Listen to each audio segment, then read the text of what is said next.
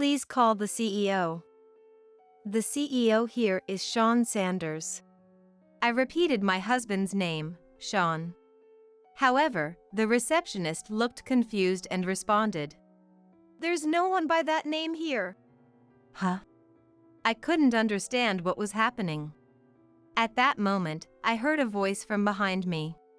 "Is a jealous pauper here to disrupt our business?"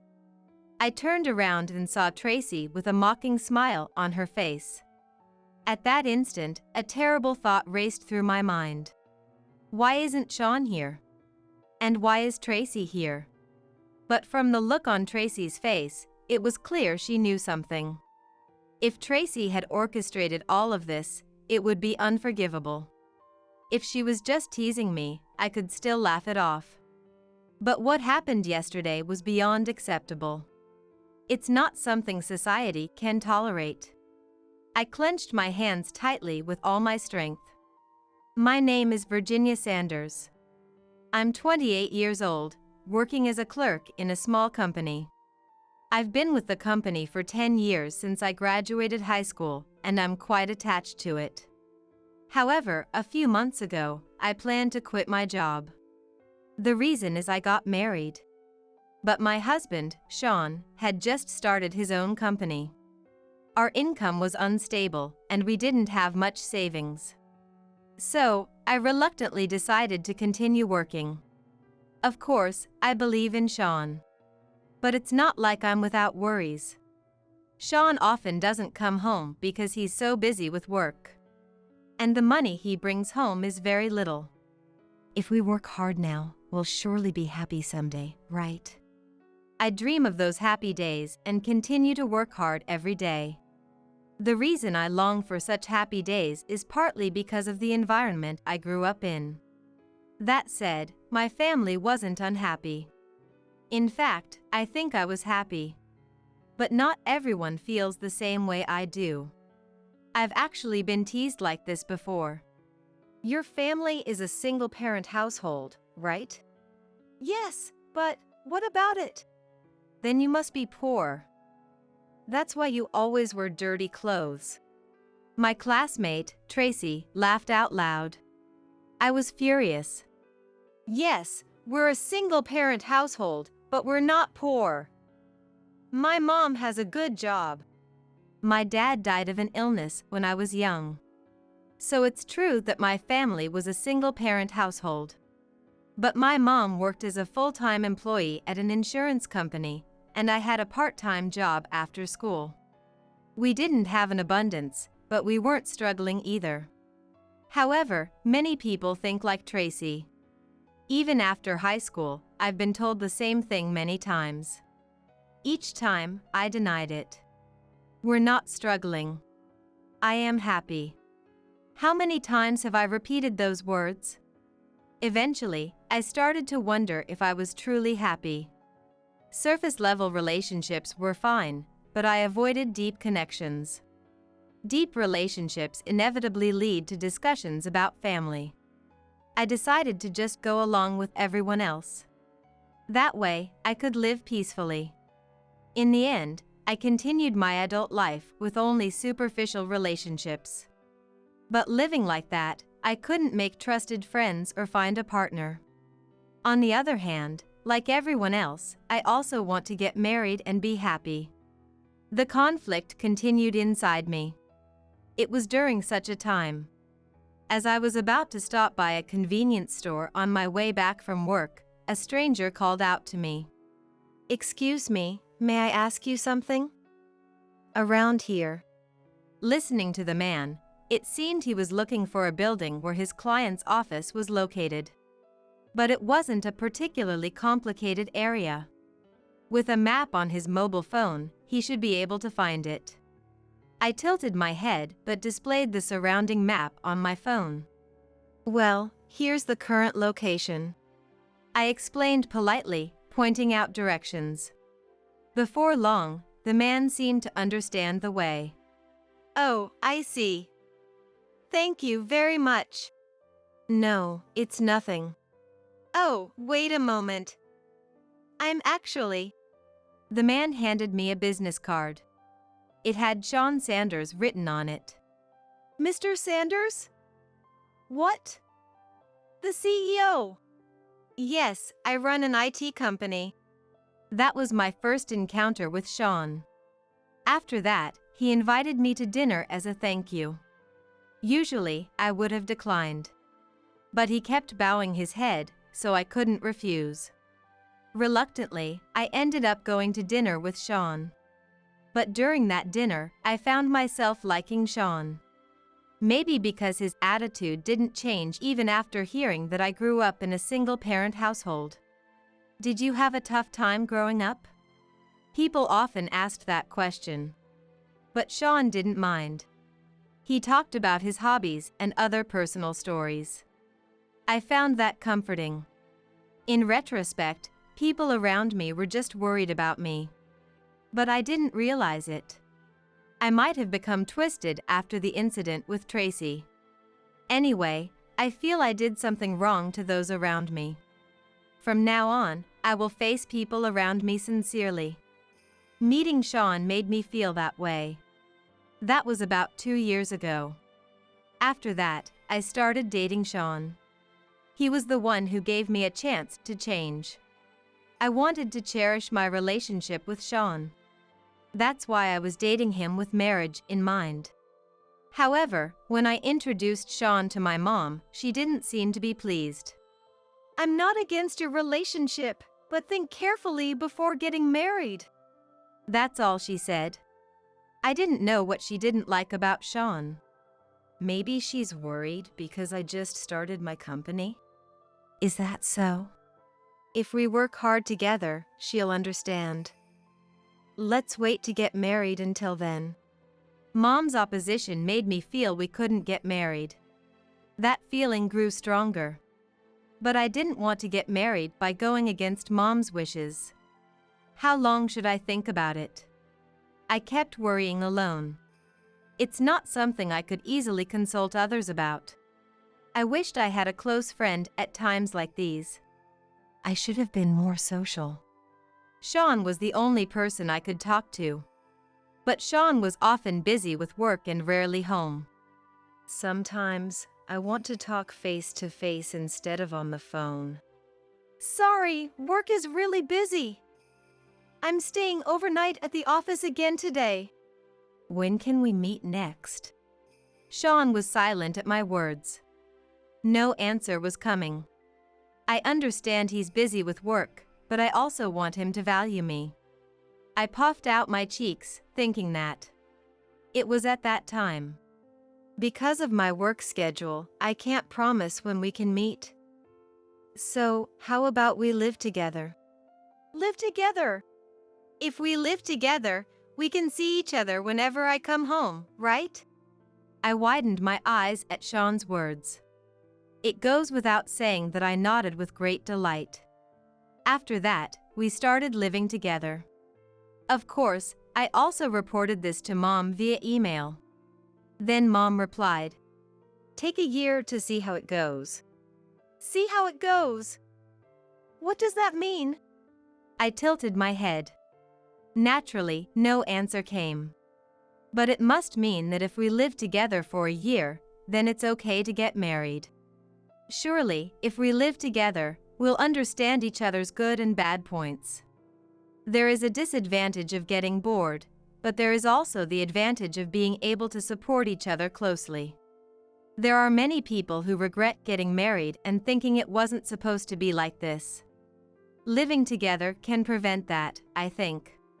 It's just a year to endure, I thought, and I started living with Sean. However, once we started living together, I began to notice only Sean's bad parts. First of all, because his income is unstable, he doesn't contribute money to the household. So, the living expenses came out of my salary. However, there is a part of this that can't be helped. When the company gets on track, the income will stabilize. Until then, please bear with it.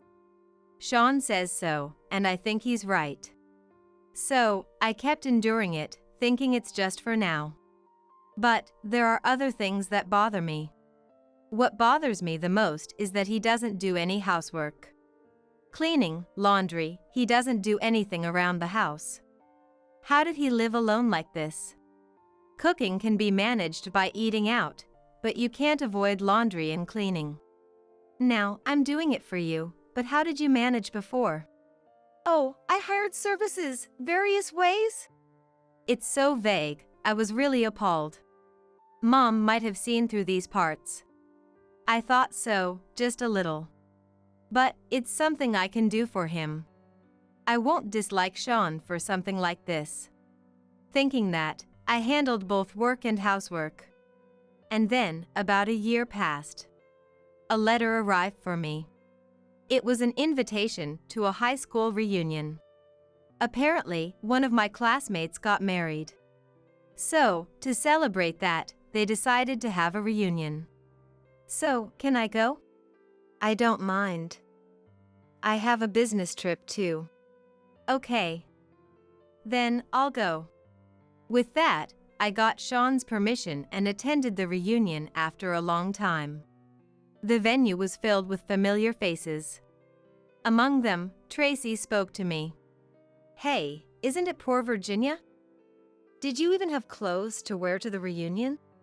I'm not poor anymore. I have a job now. A job?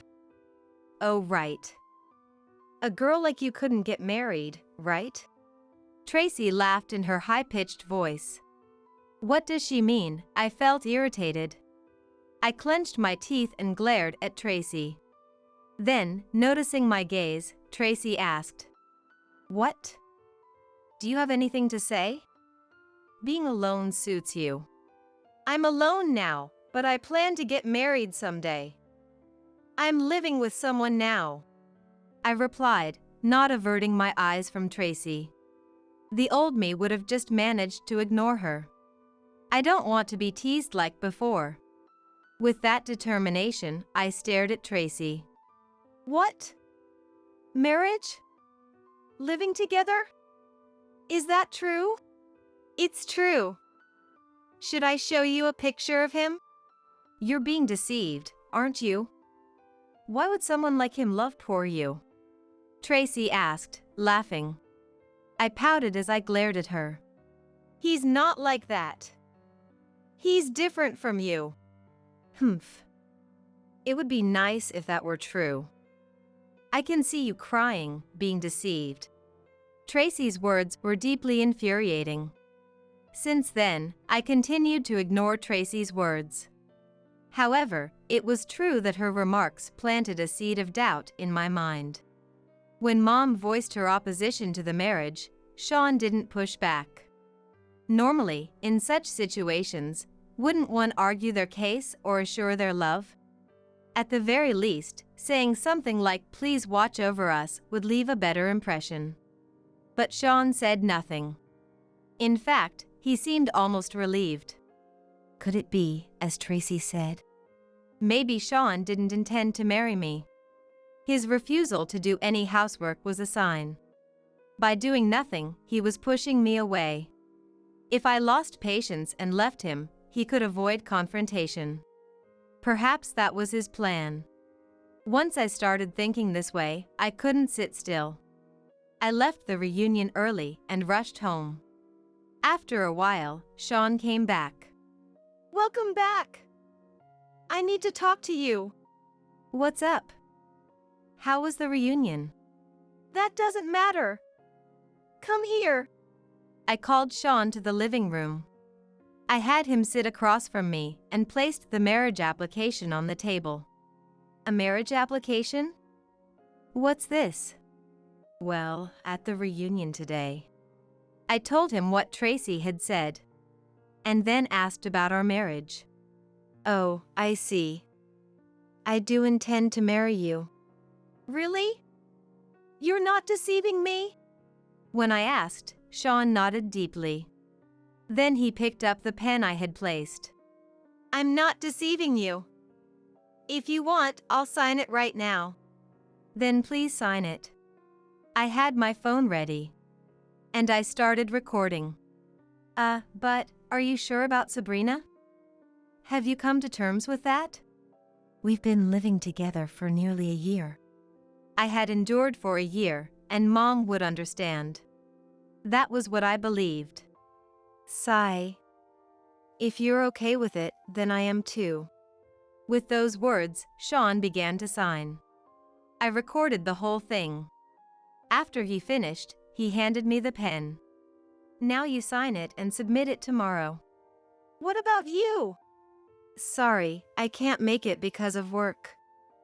But you'll feel better submitting it yourself, right? He didn't want it to seem like he was hiding the marriage application. This was his way of showing his all. That's how he said it. Tears began to fill my eyes. Thank you. It's okay. Here, give me the phone. I'll record the rest for you. I handed him the phone and took the pen. While he filmed, I signed the marriage application.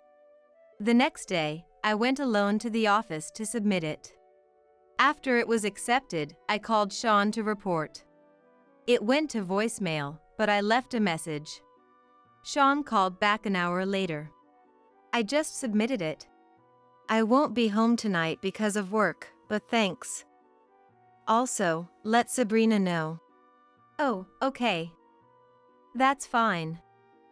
I'm heading to work now. I took the morning off to submit the application. I also needed to report the marriage to my office. There's so much to do. I braced myself and headed to work. Afterward, I worked as usual. Since I took the morning off, I ended up leaving later than usual. It's late. I need to hurry home. Since it was later than usual, there were fewer people around. Feeling a bit uneasy, I hurried home. As I turned from the main street into the residential area, I suddenly felt someone behind me. However, when I turned around, no one was there. Something is off. I tried to run instinctively. At that moment, I felt a strong impact on my back. Ouch! Unable to withstand it, I fell to the ground. Just as I was about to lift my head, something rod-like was coming towards me. Instinctively, I protected my face with both hands. Bang! With a strong impact, I was blown away. At the same time, I heard my phone clattering and rolling away. Huh? Was I hit? That was my immediate thought as I screamed out. Someone! Help me! Startled by my loud voice, the presence in front of me retreated.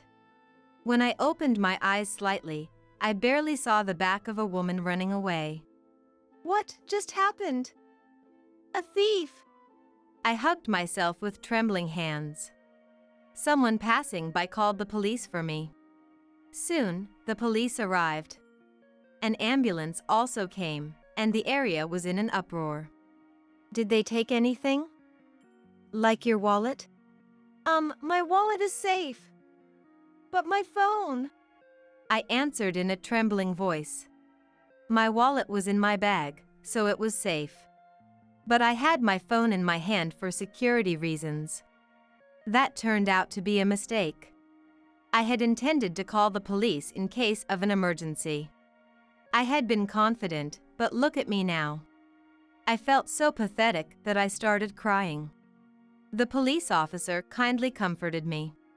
Although my injuries weren't serious, I went to the hospital just in case. After treatment, I was questioned by the police again. However, I had no idea who the attacker was. The police said it was probably a random crime. I was terrified. Shall we contact your family? Oh, but I don't have their numbers. Since my phone was taken, I couldn't contact Sean. In the end, I took a taxi back to my parents' house. I was too scared to be alone. I stayed with my mom, and the next day, I went to Sean's office. I presented my business card to the receptionist and spoke to the woman at the counter. Excuse me, I would like to see my husband, Sean Sanders. I'm Virginia Sanders, his wife. When I said that, the receptionist's face clouded. After thinking for a moment, she hesitantly told me, I'm sorry, but could you please tell me your name again? Please call the CEO. Sean Sanders, who works here as the CEO. I mentioned Sean's name again. However, the receptionist replied with confusion. There's no one by that name here. Huh?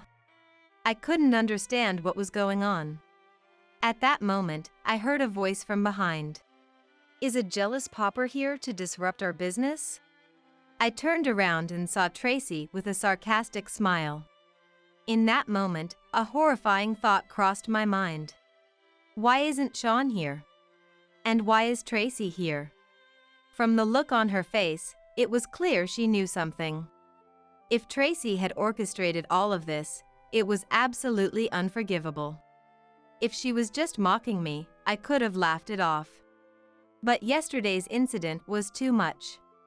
It was something society could never forgive. I clenched my fists tightly. However, nothing was certain yet. I needed to proceed carefully. I took a deep breath and spoke to Tracy. I'm not here to disrupt anything. I'm just here to see my husband. Husband? Does he even exist? Tracy laughed loudly. I held back and responded. He does exist. His name is Sean Sanders. Sanders? I don't know that name. There's no one like that here, right, Nadia? Tracy asked the receptionist, Nadia. Nadia nodded, looking confused. Yes, we don't have anyone by that name. See? Now get out of here already. Tracy made a shooing gesture. I frowned instinctively. But Sean is the CEO here. Shut up. Our CEO is not Sean, it's Keith. Keith Kelly. Tracy banged on the reception desk. The noise startled me. If you understand, get out of here now. I clamped my mouth shut at Tracy's shouting. There was no point in arguing any further. And since the woman called Nadia didn't deny it, Tracy's words were probably true. All right, but just tell me one thing. Huh? I don't want to tell anything to a poor person like you. Tracy grimaced. I looked down, almost whispering. Why are you here? I'm an employee here, the CEO's secretary. And soon, I'll be the CEO's wife, unlike you, a real one. Tracy laughed through her nose. I was so frustrated that tears started to flow. You were probably scammed into marriage, weren't you? Using our company's name, what a loser. Sean. Yes, yes. Go to the police with your scam story. Tracy pushed my back. And just like that, I was pushed out of the office. You're a nuisance. Don't come back to this company again. Tracy said while making a shooing gesture. I didn't have the energy to argue back anymore. I left the office, feeling defeated. As I walked away, I mumbled to myself, "What on earth is going on?" My cell phone was gone, so I couldn't even call Sean.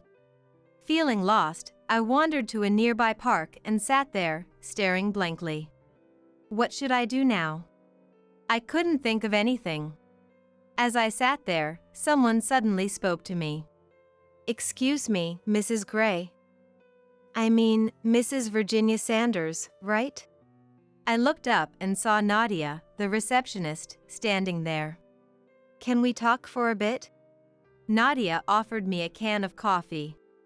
As I accepted, I nodded slightly. Yes. Earlier, I said there was no such person, but I actually remembered someone. With a thoughtful look, Nadia began to speak. This is what she said. The CEO of the company where Nadia works is indeed Keith Kelly. However, apart from Keith and Tracy, there is a high turnover rate in the company. Their business practices are exploitative. Overtime without pay is the norm, and working on weekends is also common. Moreover, Keith and Tracy have a dominating presence in the office, creating a very toxic atmosphere. Naturally, employees quickly leave, and the company is constantly short-staffed. So, they rely heavily on temporary workers. I see, I said, but it wasn't hard to imagine. Tracy's overbearing attitude has always been the same. And her disdain for others hasn't changed either. If she is to become the next CEO's wife, she probably acts like this all the time. I sighed in exasperation. Then, Nadia turned to face me. And here's the problem, there was a temp worker named Sanders. Nadia continued her story. It was about 2 years ago, when Nadia had just joined the company after graduating. At that time, the company had just been established, and there were many full-time employees. But due to the bad behavior of Keith and Tracy, the number of employees quickly dwindled. So, they brought in temp workers, and one of them was a man named Sanders. He was a serious person, but it seems he quit after about 6 months. I didn't know his name, so I just looked at some old data. Could it be? Yes. That person's name was Sean Sanders. I was stunned by Nadia's words. I realized that Tracy's company had a connection with Sean Sanders. This meant that Tracy might be involved in this situation. It turns out my bad premonition was correct. I was about to lose my composure. But there was still hope. For instance, this is what I thought. I met Sean about 2 years ago. At that time, Sean Sanders was working at Nadia's company. In other words, my husband Sean didn't want to admit he was just an employee, so he pretended to be the boss. But he soon quit the company. So he couldn't tell me the truth. Thinking back, it's understandable why Sean didn't do anything when Mom was against our marriage. He might have thought he wasn't good enough for me at that moment. He probably wanted to find a job. And then get married. But this is just a convenient story for me. There is another scenario in my mind. It's the worst story. About 2 years ago, Tracy, wanting to make fun of me, came up with this scheme with someone. They created a fictional character and arranged for me to marry him. Thinking this way, many things make sense. The fact that Sean didn't come home or do any housework is all understandable. He was mocking me, so it's natural. However, things took a turn for the worst. It was when I pressured Sean into marrying me. Feeling cornered, Sean disappeared from my life. I told this story to Nadia. At that moment, Nadia loudly denied it. But that's strange. Because your marriage application was accepted, right? Yes. If that's the case, the details in the application must be true. Now that you mention it, that's right. If I had written something incorrect in the marriage application, it wouldn't have been accepted. The marriage application I submitted was definitely accepted. This means the details written there were true. The marriage application includes sections for current address, birthplace, and so on. If false information is written, it wouldn't be accepted. Then, the details on that marriage application are. We might be able to trace him from there. Oh, but you already submitted it, right? Nadia sighed and slumped her shoulders. But I saw hope. Because I had a copy of the marriage application. In fact, it was just before I submitted the marriage application. I reported to Mom that I was going to submit it. At that time, Mom told me to make a copy. She said it would be a good keepsake and useful in case something happened. I didn't think much and just made the copy. I have it. I took out the copied marriage application from my bag. Nadia's face lit up when she saw it. Amazing! Then we might be able to do something with this. Yes, that's right. And can I ask you a favor, Nadia? I asked Nadia for a favor. Nadia willingly agreed to help. This will work out somehow. Just wait, I won't forgive you. I made up my mind to take revenge on Tracy. After that, I proceeded with various preparations behind the scenes. Of course, it was to take revenge on Tracy and the others. I needed to gather the necessary evidence and find allies. As I progressed with the preparations, Mom's presence always came to mind at crucial moments. Not only with the marriage application, but her advice in the past helped me overcome many problems. Thanks to Mom's advice, I was able to obtain the evidence safely. There were so many times like this that I couldn't help but feel indebted to Mom. I should have listened to Mom more seriously. If I had, I wouldn't have hastily submitted that marriage application, and none of this would have happened. I deeply regret it, but there are more important things to focus on right now. I dedicated myself to that. A few weeks passed by. One day, a call came from an unfamiliar number. I had lost my phone in the incident. Could it be someone who got my new number from someone else? With that thought, I answered the call. Immediately, a loud voice came through the phone. What are you doing? Hurry up and answer. This voice. It's Tracy. I frowned instinctively and asked back. Tracy? How do you have my phone number? Shut up. I've contacted so many people. I'm exhausted. It seems she called every classmate she could think of. Anyway, it's convenient that she contacted me. I was just about to get in touch with her. With a mischievous grin, I asked Tracy. All right, fine. So, what do you want? What do I want? What did you do? Huh? I didn't do anything. Even though I wasn't playing dumb, Tracy raised her voice in frustration. Huh? You did nothing. Don't lie. Then why is my company struggling? That's the CEO's problem. Telling me won't change anything. At that point, Tracy cut me off, yelling. Everyone mentioned your name. They said I treated you terribly. That's true, isn't it? I did nothing. You were the one who got scammed into a fake marriage. Startled by Tracy's shouting, I instinctively moved my phone away. Even so, I continued talking. But you orchestrated it, didn't you? So it's something you did, isn't it? Huh? I didn't do anything. Oh? Really? I have proof. When I said that, Tracy hesitated for a moment. But then she raised her voice again, trying to intimidate me. Proof? Where would you get something like that? It's a hassle, but I'll explain from the beginning. With that preamble, I started recounting the events of the past few weeks. First, right after Tracy kicked me out of the company. I was in the park when Nadia came after me. Talking with Nadia, I realized the clue was in the copy of the marriage application. After parting with Nadia, I traced the birthplace listed on the marriage application to find a man named Sean Sanders. Of course, with the birthplace known, finding what appeared to be Sean's family home was easy. Using an online map, I went to that place. But what I found there was a large mansion.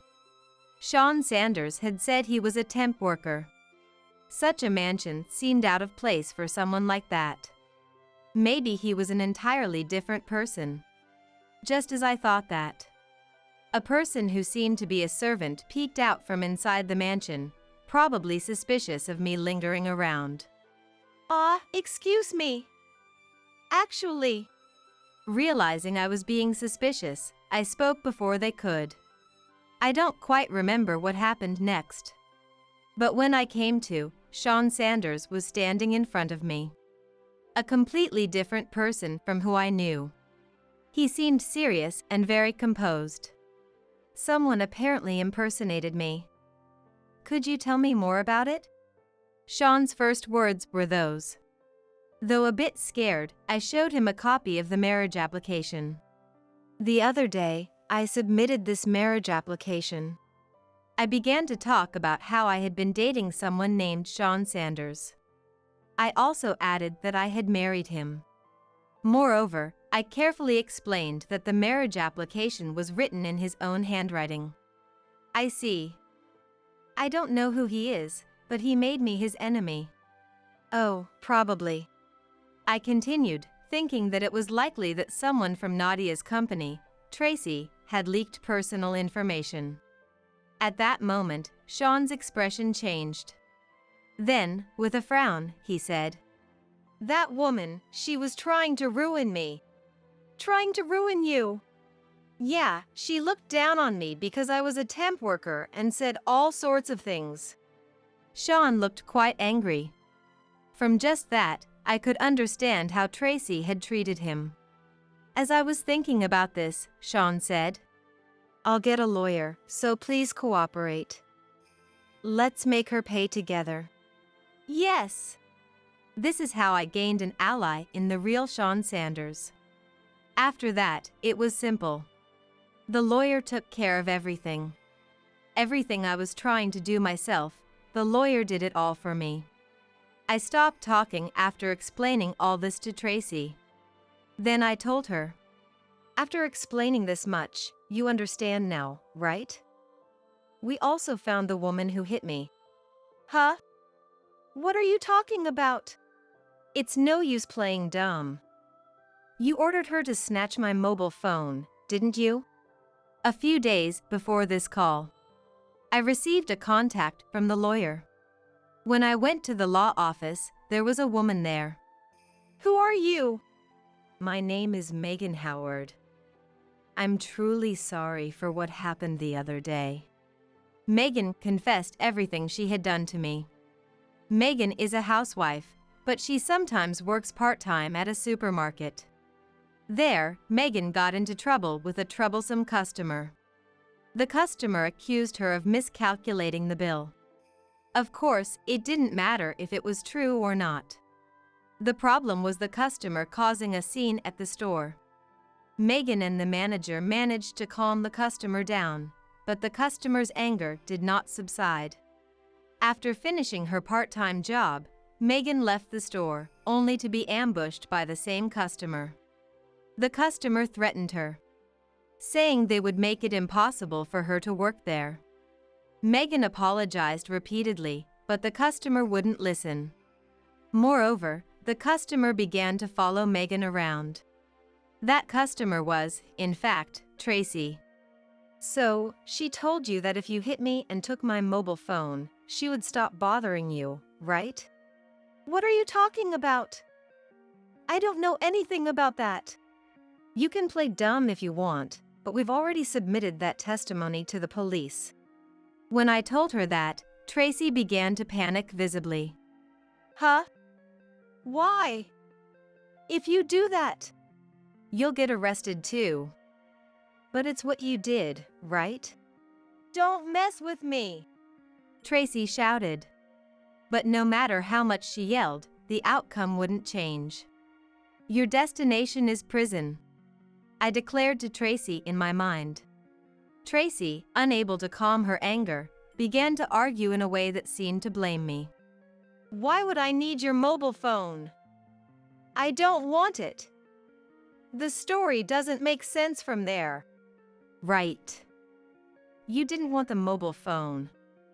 You wanted the data inside it, didn't you?" "What? Data?" Yes, what Tracy wanted was the data from my mobile phone. A video of when the marriage application was being written. The marriage application had been submitted under my name and Sean's name. But it was I who submitted it. So if they said it was forged, I would be the only one to bear the blame. However, if it could be proven that I was deceived into submitting it and that someone else filled out the application, what then? The person who filled it out had forged Sean's name. Forging a name on a document is a serious offense, while submitting the marriage application without permission is also a crime. If I can prove that I was deceived, I might avoid punishment. The crucial point is that someone had written Sean's name on the marriage application without permission. Proving that is what matters. And the proof lies in that video. In other words, the video of the person pretending to be Sean writing the marriage application in front of me is significant evidence. You wanted that, didn't you? To protect the person pretending to be Sean. What? I don't know what you're talking about. It has nothing to do with me. Tracy blustered. But she didn't have her usual confidence. There was a weak, cornered look about her. Just give up already. I know it was your company's CEO who deceived me. What? Tracy was at a loss for words. But it was only a matter of time before the truth came out. I had been meeting with a lawyer to corner Tracy. In those meetings, the lawyer had shown me files on the people involved. Naturally, those files included photos of Tracy's boyfriend. The CEO she mentioned, Keith Kelly. When I saw the photo, I gasped. The person I had always thought was Sean Sanders was in the photo. It all clicked into place. Tracy had used her boyfriend to deceive me. She had fun pretending her lover Keith was Sean Sanders and fooling me all along. However, there was one mistake. Keith, pretending to be Sean, wrote the marriage application. Keith seemed to believe that if his identity remained undiscovered, I would be blamed for everything. But the fact that I had recorded a video changed everything. The video was irrefutable evidence, and now they faced charges of forging the marriage application. Tracy might have been able to deny everything up to this point. But Tracy was the one who incited Keith.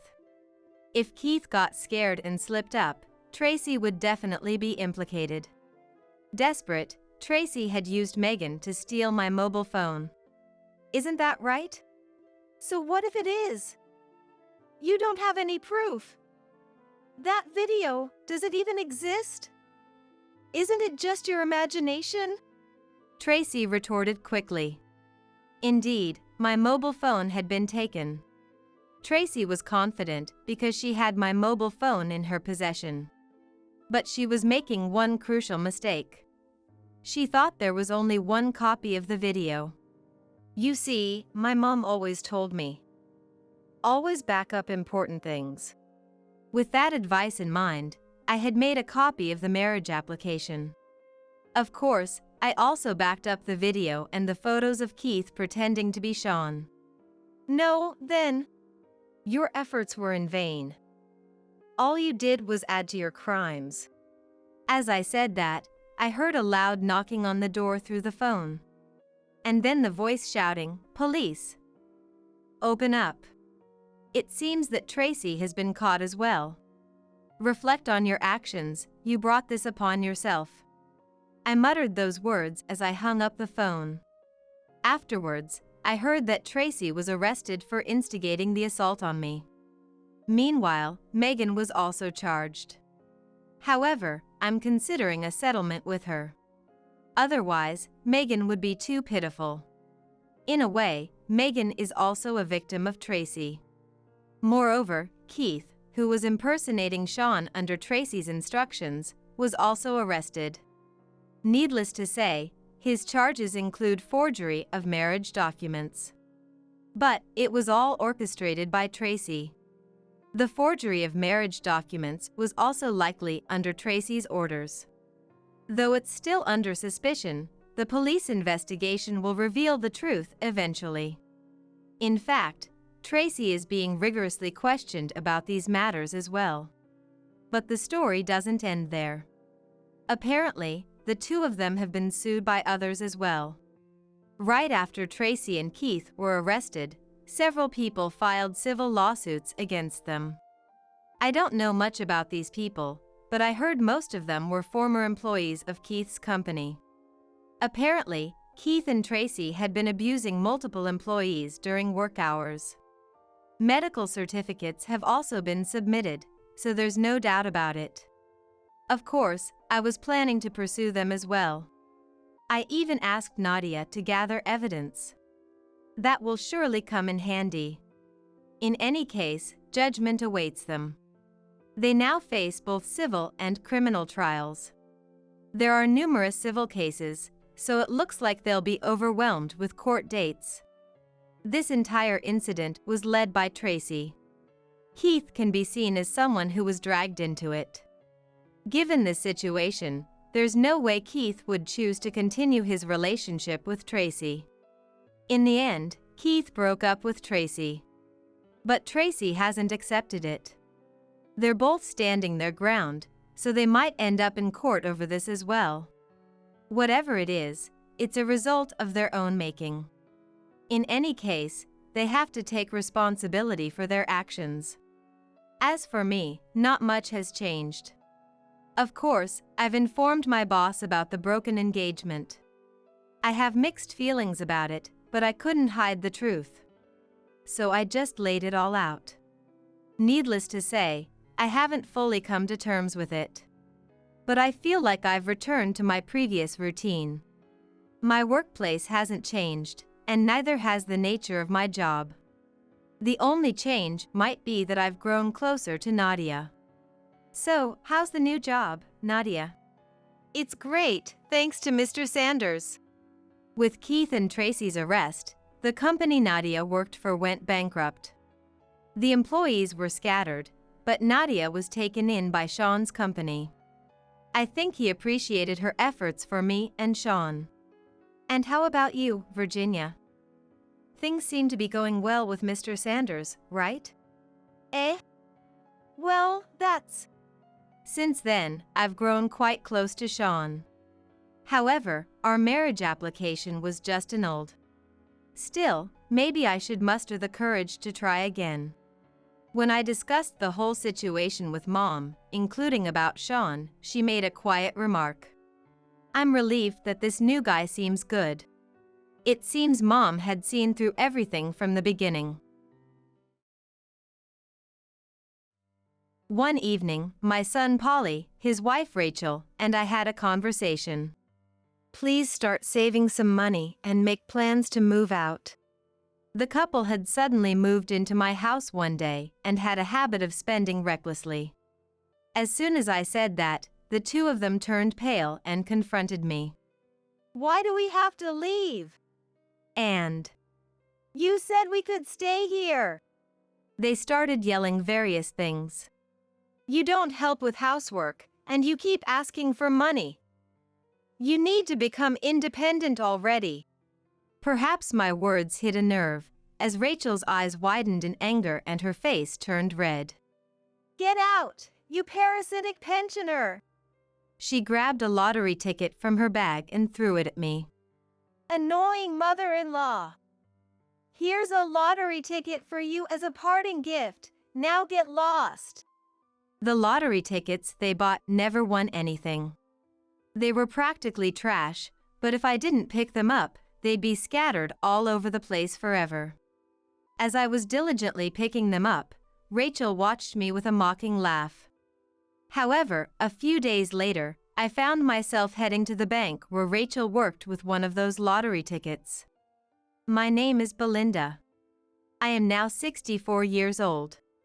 My name is somewhat unusual, and people often asked about its pronunciation. This often served as an icebreaker with classmates and friends.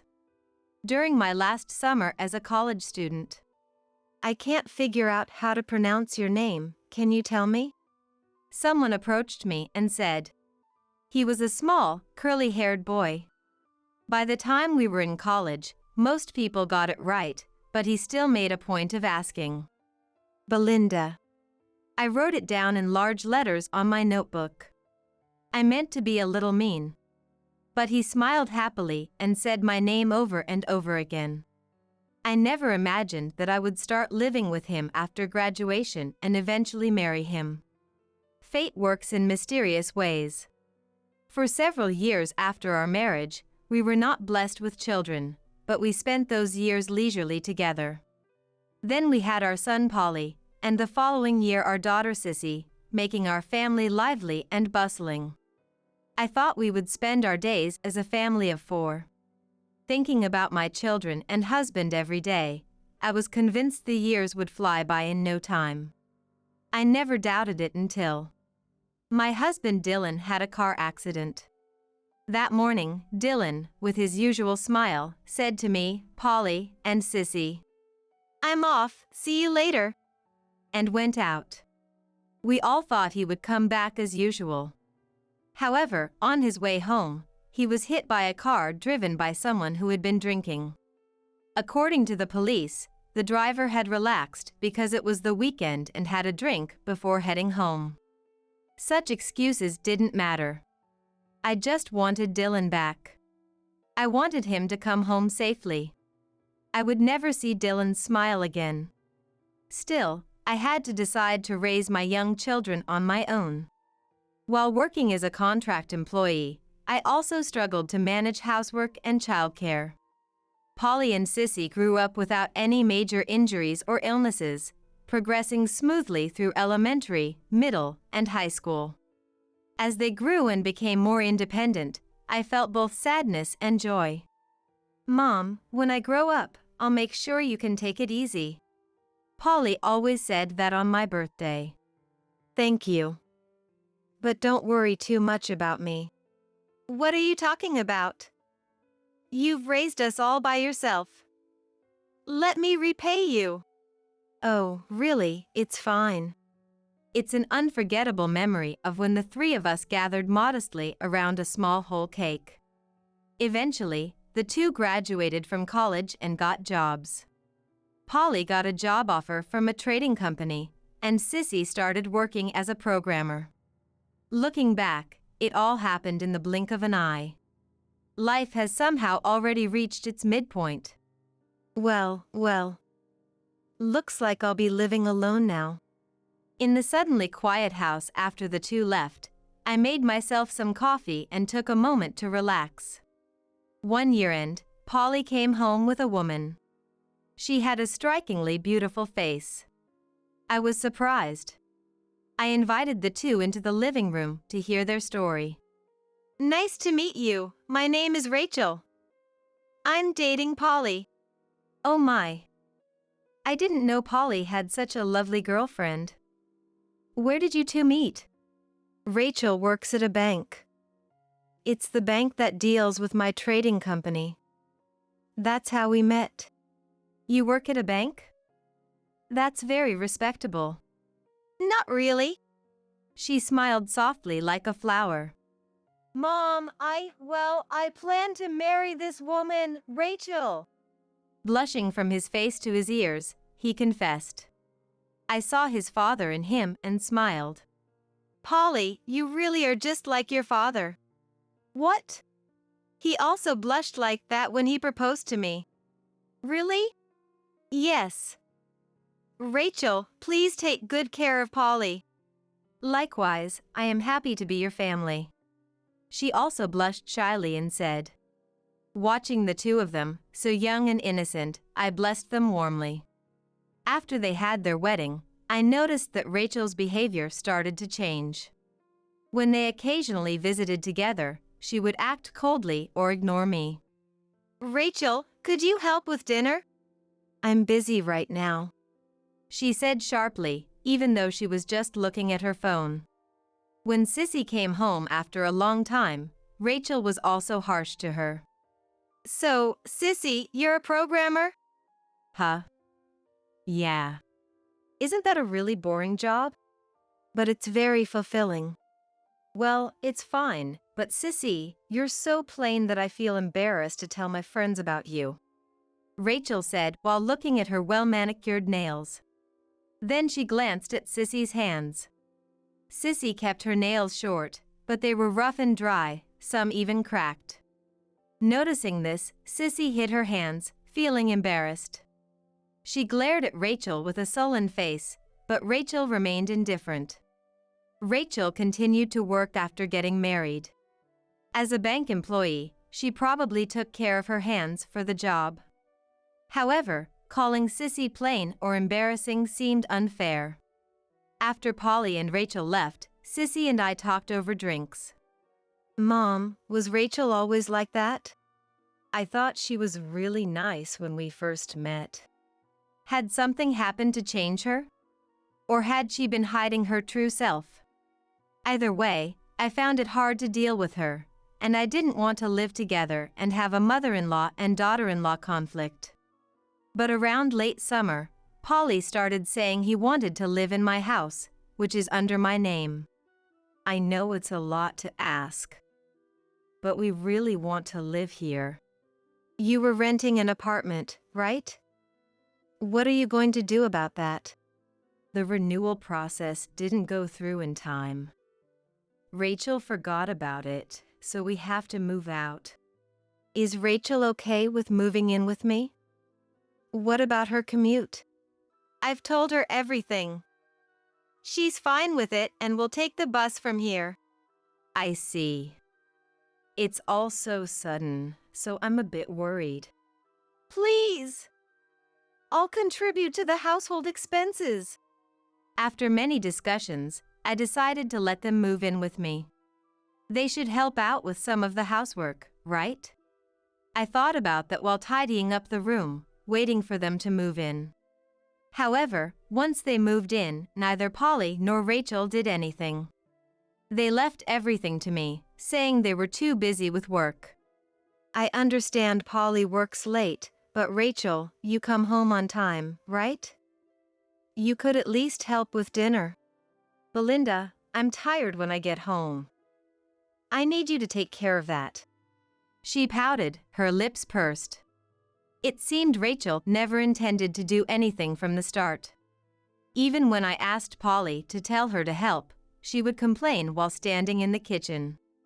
But that was still better. Eventually, Polly started siding with Rachel. Rachel, can you do the shopping today? I asked her on a day off, and she looked annoyed. Seeing this, Polly stepped in between us and glared at me. Mom, isn't that a bit harsh? Making Rachel do the shopping. No, it's not. I just ask her to cook dinner a few times a week or clean the bathroom. That's not true. I heard you've been making her redo the cleaning out of spite. I never said that. Belinda, you're a liar. Just the other day, you kept nagging me to clean properly. Nagging. From then on, it became a back and forth of accusations. Polly had been fed a lot of negative things about me from Rachel. Given his tendency to side with the stronger personality, his attitude towards me worsened. Sissy tried to talk to them on my behalf, but it was no use. Why should I listen to Sissy? It's laughable. You've always been so bossy for a little sister. They wouldn't listen to reason. Sissy and I were at our wits' end. To make matters worse, they had a habit of overspending. They bought things they didn't need, maxing out their credit cards each month. They also loved eating out, often going to expensive restaurants and drinking. They even resorted to installment payments, and their debt kept growing. Mom, I'm sorry. Could you cover this just once? All right, just this once. They asked so earnestly, I couldn't refuse and covered their expenses. This became a habit, and they repeatedly asked me to cover their bills. Polly and Rachel started to rely on my money, spending without limits. I had to put a stop to it. You two are spending too much. I'm not covering your bills anymore. Manage your own money. Belinda, that's not fair. We contribute to the household expenses too. That's just basic responsibility. Mom, you're being too strict. No, I've been too lenient. I said it firmly. Their spending habits are intolerable. Then the two of them sighed in annoyance and left the room irritably. In the house they left. This is troublesome. I muttered to myself. This happened about 3 times, and no matter how much we talked or warned them, they didn't listen. Polly and Rachel often bought lottery tickets. Even if they lost, they kept buying, hoping for a big win they couldn't afford. They say you can't win if you don't buy, but in reality, you're more likely to lose even if you buy. I noticed that the trash bin was filled with losing lottery tickets. One night, I had a talk with Polly and Rachel. Why don't you save money properly instead of aiming for a big win with the lottery? That again? We are saving money, right, Rachel? Of course. Rachel said proudly, flaring her nostrils. But you're buying so many lottery tickets? I pointed to the losing tickets in the trash bin with my chin. Now's the big chance. If we win, we'll be rich. As I opened my mouth to argue, Polly quickly interrupted. Getting rich without working is a dream come true, right? You haven't even won $1 so far, have you? But if we win, we can make Mom's life easier, so cut us some slack. There's no way to rely on the if we win scenario. Then what should we do? Save some money and plan to move out of this house.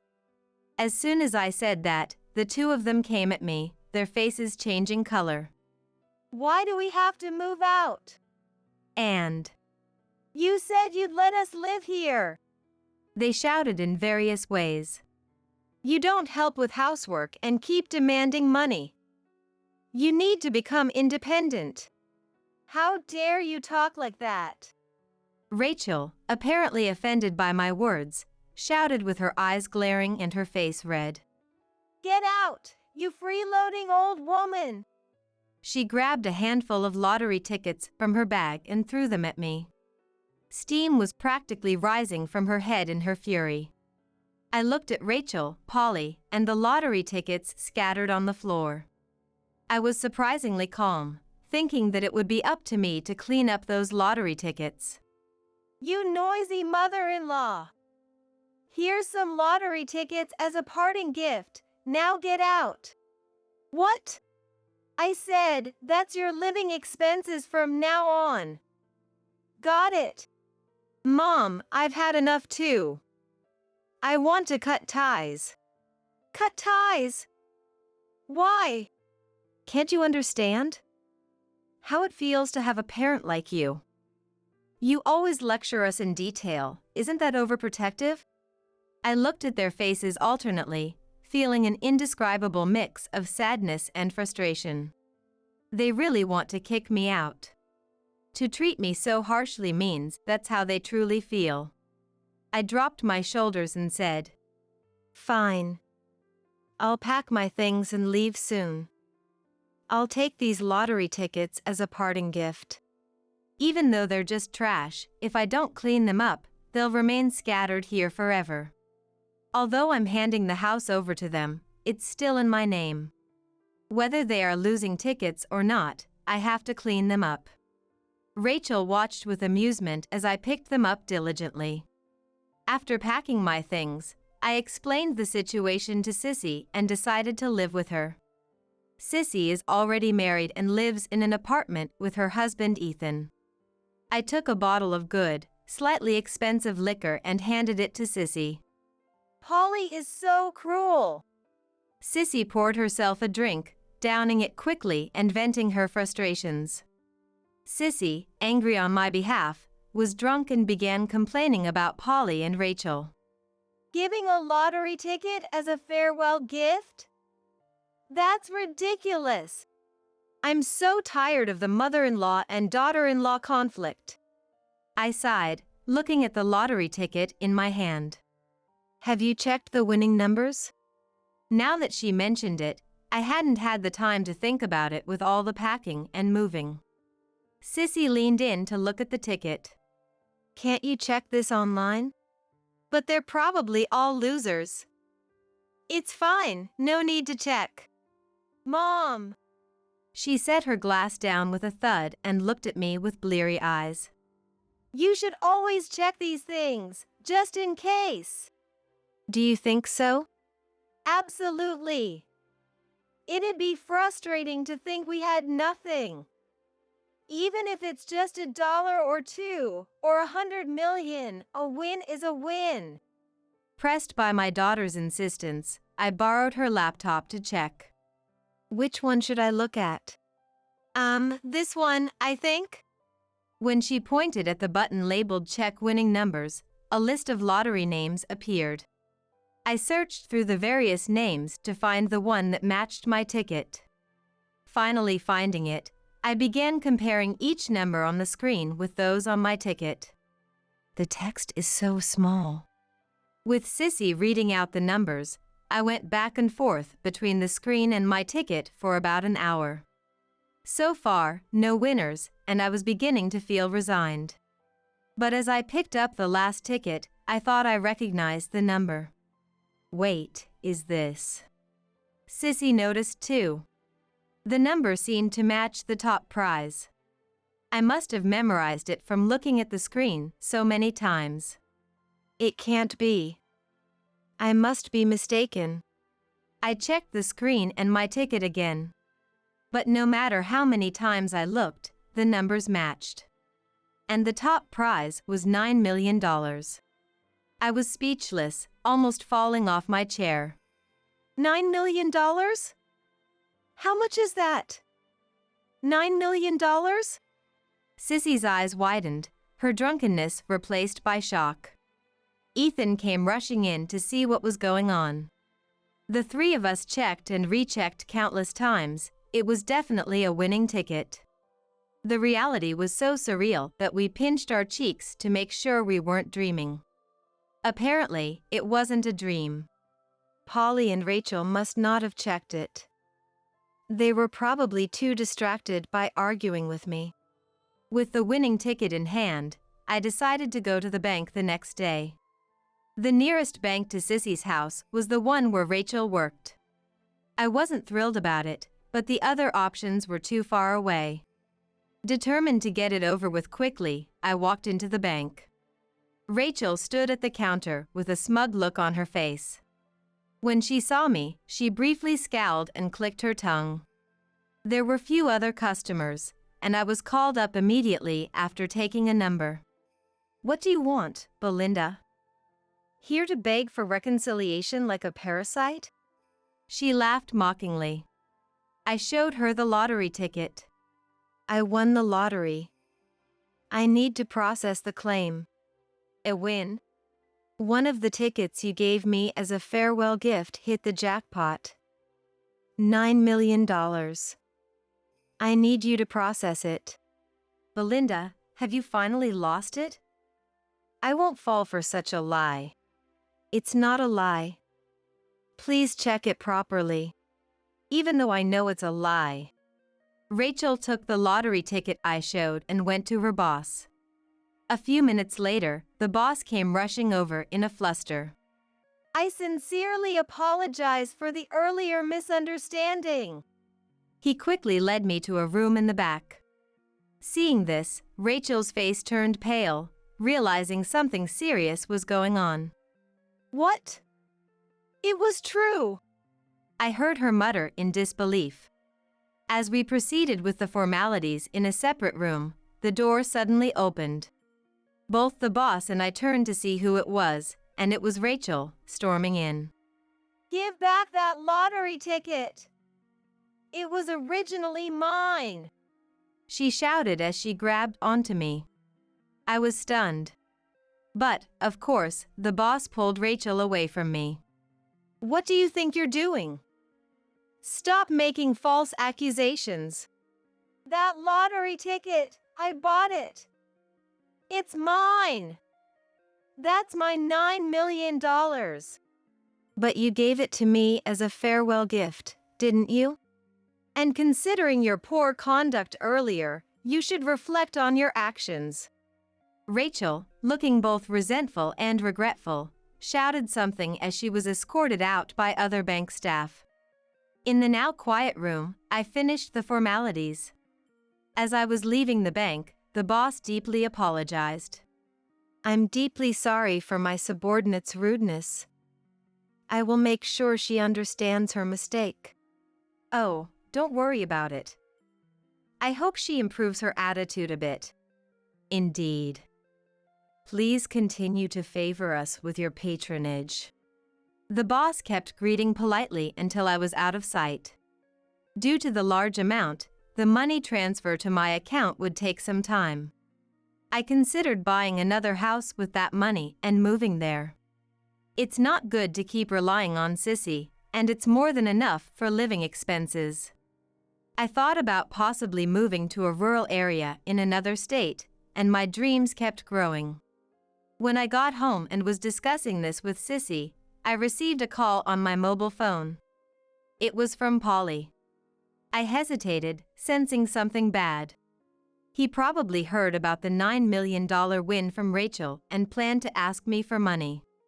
Sissy seemed to think the same and shook her head silently. Don't answer it. Her eyes were telling me that. After a while, the ringing stopped. I thought it was over, but after a few tens of minutes, the phone rang again. I decided to ignore it, but eventually, I answered. Mom? Hey, did you really win $9 million? It's true. So what? That lottery ticket, I bought it. It's not right to take it from me. I deserve the $9 million. I sighed, knowing it would come to this. But you gave it to me as a farewell gift, didn't you? It's not right to take away my living expenses. We need living expenses too. And we cut ties already. What do you want now? Mom, I meant that as a joke. I don't care. I won't give you the money. After all you've done, a joke isn't going to fix anything. That's not fair, Mom. Are you listening? Mom. I hung up the call without saying another word. It was the son and his wife who decided to cut ties and kick me out. Answering the phone felt pointless, so I ignored the subsequent calls. I thought they would give up, but a few days later, they showed up at Sissy's house. On the screen of the camera-equipped doorbell, I saw them banging on the door. Mom, Sissy! Open the door! This is unacceptable. Come out, you thief! Calling me a thief was incredibly rude. Even though I told them to stop yelling through the doorbell, they just kept getting louder. What should we do? Then Sissy brought her husband Ethan over. Leave it to Ethan. What? Ethan is a lawyer. He's strong in situations like this. I was skeptical, but Ethan adjusted his round, black-rimmed glasses and said, Leave it to me. He went outside. Watching through the doorbell camera, I saw Polly and Rachel yelling. I could hear Ethan's voice responding. Violence is not acceptable. Please leave. Get out of the way! We need to talk to Mom. That's not possible. Making a scene will disturb the neighbors. You're causing this by not bringing Belinda out. Belinda refuses to come out. Besides, you have no right to take or claim the $9 million prize. You gave up the ticket. Stop talking nonsense. Yeah, Mom, we know you can hear us. Open up. If you keep this up, I'll call the police. Ignoring Ethan's warning, the two continued to cause a commotion. When they tried to force the door open, Ethan intervened, and Rachel slapped him. Polly grabbed Ethan by the collar, looking like he was about to punch him. I couldn't take it anymore. I called the police and asked them to come immediately. Sissy also contacted the apartment management office to inform the police.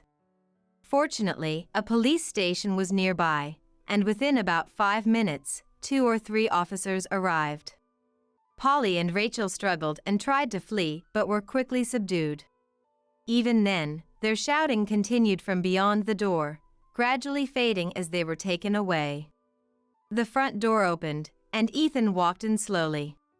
His clothes and hair were disheveled, his round glasses almost falling off his face, looking like he had just returned from a battlefield. Despite being a gentle person who disliked violence, he had gone through so much trouble for me. Sissy and I both thanked him profusely. I decided to treat him and Sissy to a fancy dinner soon. As for Polly and Rachel, we heard from the neighbors. Apparently, their relationship started deteriorating the day I claimed the $9 million prize. They argued every night, becoming the talk of the neighborhood. They shouted about how they shouldn't have kicked me out or given up the lottery ticket. They claimed the $9 million should have been theirs. Eventually, they started blaming each other. After being taken by the police, their relationship became even more strained. A few days later, things quieted down, and it turned out they had divorced and were living separately. A moving truck came and took Rachel's belongings away. Polly stayed in the house and frequently came to us. Give me some money. Begging us.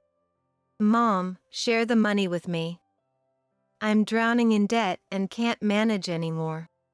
I told you to manage your money, but you didn't listen. Now you have to face the consequences. Don't say that. You've got to be thinking about me, right? Like inheritance or something. There's got to be something, right? There isn't. What? If it's for me or Sissy, I'll use that money without hesitation. But for you, Polly, I won't use it. I've cut ties with you. Are you still saying that? That was... And I'll make sure you don't get any inheritance. What? What do you mean by that? That's exactly what I mean. So, deal with your debts on your own. Polly left that day, looking utterly dejected. The once confident swagger he had just a few days ago was completely gone. A few days later, he came back, this time deeply apologized. Mom, please, I beg you. But I didn't listen to him. I wasn't going to fall for the same trick again and again. I sent him away, telling him never to come back, and I locked the door. Yet, he kept coming back, undeterred, so I decided to buy a new plot of land, build a house, and move in with my daughter and her husband. The new house had enhanced security measures, making it impossible for Polly to easily get inside. As for the house that was in my name, I had it demolished and the land put up for sale. Polly lost his place to stay and, pursued by debt collectors, found it hard to settle down anywhere. It's a problem when you accrue so much debt that you can't live a stable life. And then there's Rachel. I went to the bank for some business and ended up having a conversation with her boss. Apparently, Rachel had been manipulating the bank system to find out my account information and PIN number. When confronted about this suspicious activity, it was discovered she was trying to use my personal information for her own benefit. This led to a major conflict with her boss. Eventually, it became a police matter, and she was fired. With a criminal record, finding another job was nearly impossible, and she was left living in poverty, ostracized by neighbors and former colleagues. As for me, I've been enjoying life in my new home, sipping drinks with Sissy in the evenings. Maybe Polly and the others were just dreaming too big. Ever since kicking Polly out, I've come to see Sissy as my only child. After being thrown out of my house by Polly and his wife, I felt so alone, thinking there was no one on my side. If Sissy and Ethan hadn't taken me in, I would have ended up homeless on the streets long ago. I can't thank these two enough. I don't intend to rely on the lottery winnings. I'll continue to live a modest and prudent life, just as I always have. But sometimes, I do enjoy having a drink and living a little more luxuriously with Sissy and Ethan. Suddenly, the electricity bill skyrocketed.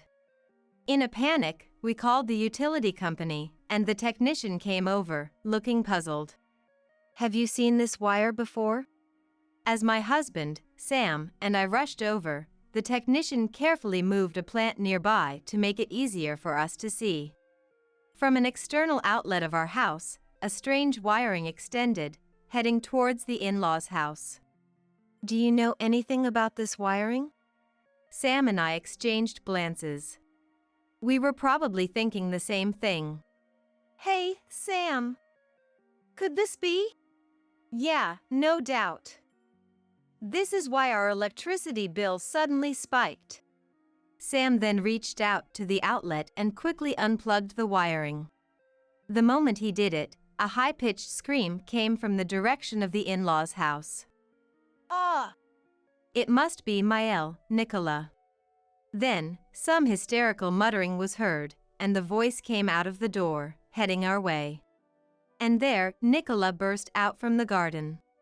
I am Mary, a 32-year-old housewife. My hobby is eating sweets.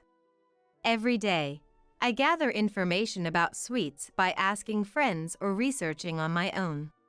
Sam, my kind husband, always accompanies me in this hobby. Sam and I, both the same age, have been together since college. I have always loved Sam for his kindness, unchanged from the moment we met. Incidentally, I also adored Tony and Nicola, Sam's parents who raised him. Many of my married friends struggle with their Maels.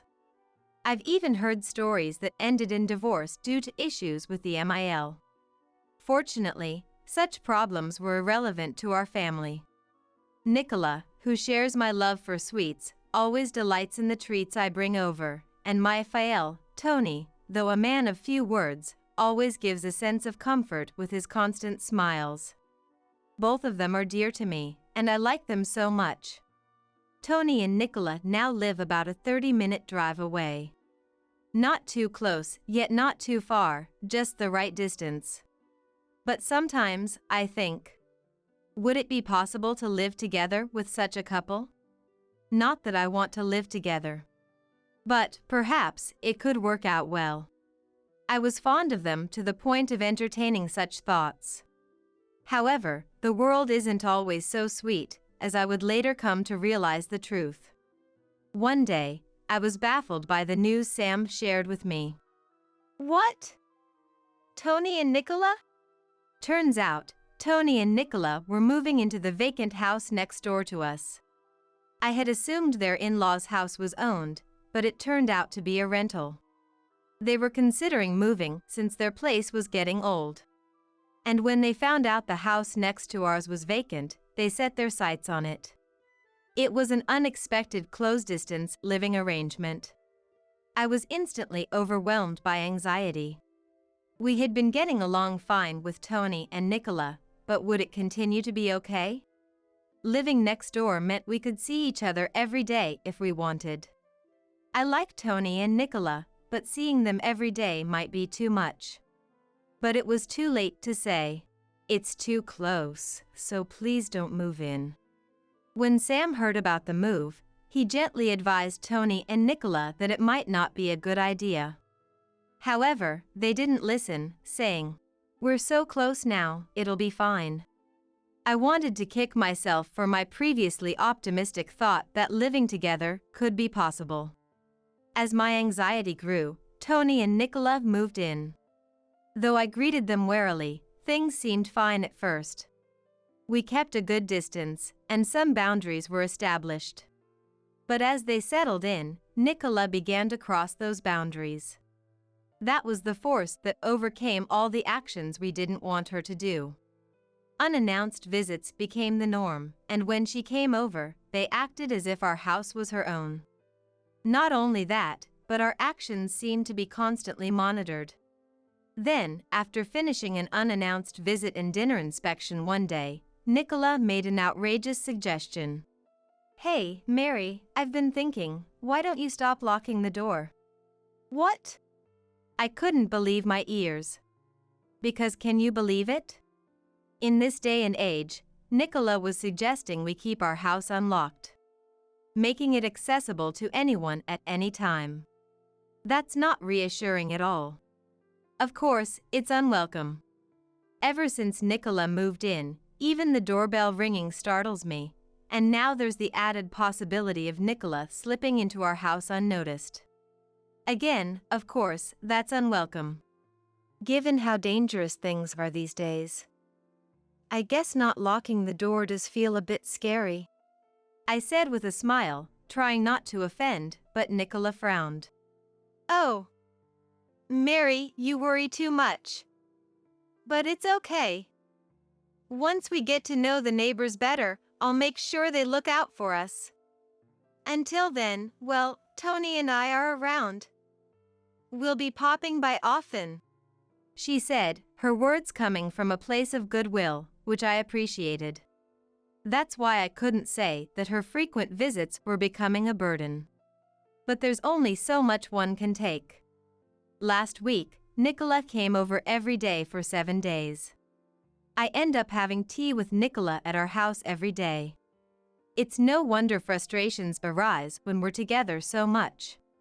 I've really come to understand that maintaining distance is crucial in the relationship between a mother-in-law and her son's wife. Nicola has been doing as she pleases, leaving unwanted plants in our yard or planting flowers without asking me. If it were once in a few months, I could tolerate it, but daily is a different story. Regarding the locking of the doors, Nicola has brought it up several times since. I've managed to convince her by emphasizing security consciousness. But then, Nicola started asking for a spare key. That's something I'll have to get Sam to refuse. There's no way I can give such a terrifying item to Nicola as she is now. Though Nicola can be difficult, I hadn't come to dislike her yet.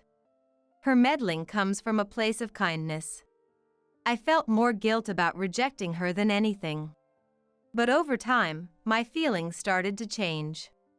Whether it's me who has changed, Nicola, or both, I can't say. But I began to feel discomfort and irritation at Nicola's remarks. It was a few months after Nicola and her family moved in. By then, Nicola's visits after lunch had become a routine part of our household. As for Tony, when I asked what he was up to, it seems he's usually out walking or shopping by himself. I suggested, "You could go with him." But she declined, saying, "Walking tires me out." Lately, Nicola has turned into a rather spiteful mother-in-law. When I make tea, she used to simply thank me, but now she always has a complaint: it's lukewarm or it's too weak. Whenever she opens her mouth, it's either gossip or criticism. Being with Nicola makes me feel negative. Yet, I can't just refuse her, so I nod along and force a smile. It's terrible, isn't it? The grass in their yard has been left to grow wild. I'm almost tempted to cut it myself. Nicola was passionately discussing a neighbor's neglected garden today. Then I called out to them. "Oh." She stopped talking suddenly, so I instinctively followed her gaze, which had turned towards the bookshelf. Perhaps she found a book that interested her. It would be nice if we could read together in silence. "Did you find a book that interests you?" I was about to stand up and head to the bookshelf when Nicola reached for something not on the bookshelf but on the shelf next to it. "Nicola! That's not okay!" I saw what she had taken and reached out hastily. But Nicola opened it with an unaffected expression. "Oh my! Just look at this, Mary." Didn't we overspend last month?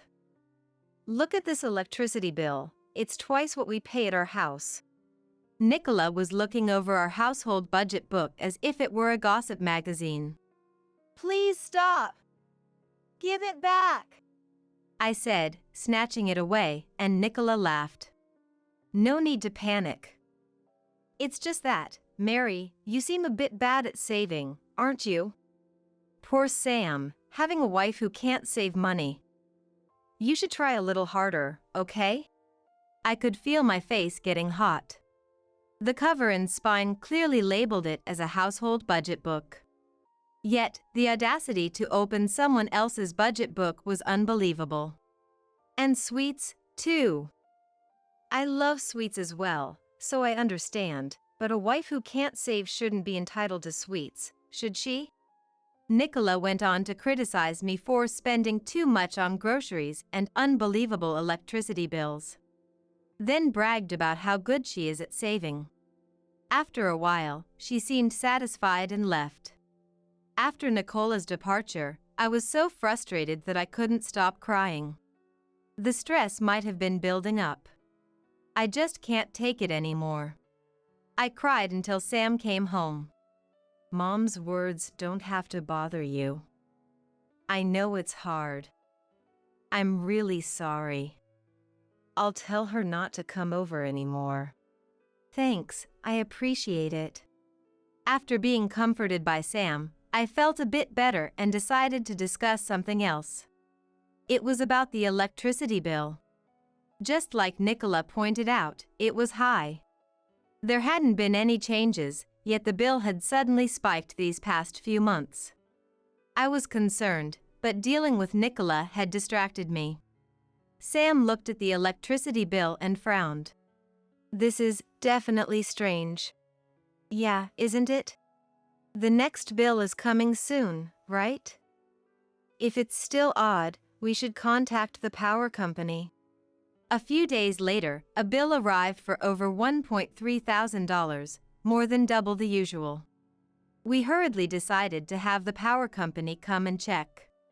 The power company employee thoroughly inspected everything. Then, we were called over to see something peculiar. Did you know about this line? Rushing over, the employee moved a plant nearby so we could see better. Hidden by long leaves was an external outlet we hadn't used since the house was built. Having completely forgotten about it. From that outlet, as the employee had said, a wire extended towards the in-laws' house. Do you know anything about wire? Sam and I looked at each other. Likely thinking the same thing. Hey, Sam. This means... Yeah, no doubt. This is why our electricity bill suddenly increased. Just to be sure, we followed the wiring with the employee. Pushing aside hedges and overgrown weeds, we found the wire indeed entered the in-laws' house shed. We couldn't see where it connected from there, but it was clear the in-laws' house was involved. The employee's expression hardened. Should we call the police? No, it might come to that, but let's talk first. This house belongs to our parents. The employee, tense at first with the suspicion of electricity theft, relaxed upon learning it was a family home. Is that so? Then I'll leave it to you. Thank you for coming out. We really appreciate it. We escorted the employee back to our driveway and watched him leave. After saying goodbye, we faced each other, thinking. Sam sighed deeply, holding his head. I'm sorry for having such a mom. Don't worry about it, or I can't really say that. What do we do now? Tony and Nicola were probably home, as usual. Should we go talk to them now, or plan a strategy first? Sam, hand over his mouth, walked towards the external outlet left exposed after the employee moved the plant. Earlier, the staff avoided the plant, so I could clearly see the external outlet. Thinking about it, Nicola placing the plant there might have been to hide it. It felt wrong to suspect her, but it seemed the only logical explanation. What's this connected to? Sam then reached for the outlet and quickly pulled out the wiring. Is it okay to pull it out? I just did. Thinking about them taking electricity from our house all this time makes me angry. Well, the employee is a witness. They can't talk their way out of this. If needed, we have that. You're right. I nodded in agreement. That's when it happened. Ah! A high-pitched scream came from the in-laws' house. It must have been Nicola. Next, some hysterical mumbling, then the voice moved towards the door and headed our way. Nicola burst out of the house towards the garden with force. Wow! She hadn't expected anyone to be there. Seeing us, Nicola exclaimed in shock. Oh! You scared me! What are you doing there? She came at us aggressively, so I stood my ground and replied. What about you, Nicola? Do you need something in our garden? You seemed quite flustered. Well, that's... Nicola awkwardly averted her eyes. Sam, holding the unplugged wire firmly in his hands, was right there. Nicola exclaimed, Ah! and tried to snatch the wire from Sam's hands. Sam twisted away, hiding the wire behind his back. What are you doing? No, that's my line. Sam held the wire in front of Nicola's face and said in a low, serious voice. This was plugged into our outlet. Tom emphasized our, and Nicola glanced upwards, momentarily flustered. So what? Do you know where this wire leads? I have no idea about that. But put it back right now. It's causing trouble over here because it's unplugged. She demanded it should be plugged back in without knowing where it leads. And she is claiming harm from it being unplugged. That was as practically an admission of guilt. Yet, Nicola seemed unapologetically frantic. The reason for Nicola's panic was clear. I stood next to Sam, smiling brightly. Nicola, please calm down. We can't plug in a wire when we don't know where it leads. This is our outlet, you know? It's fine to plug it in. Just a bit won't hurt. So. Oh. Nicola, you've always told me not to waste electricity, even a little, and that Sam is unfortunate to have a wife who can't even save on electricity. You said that, didn't you? Well, that's... Nicola was restless. It's too late, she murmured softly, almost panicking. What time is it now? It's 9:57 a.m. It's no use now. With that, Nicola ran off, stumbling as she went. Sam was puzzled by Nicola's bizarre behavior, but I knew the reason. I whispered to Sam. What? So that's what it was.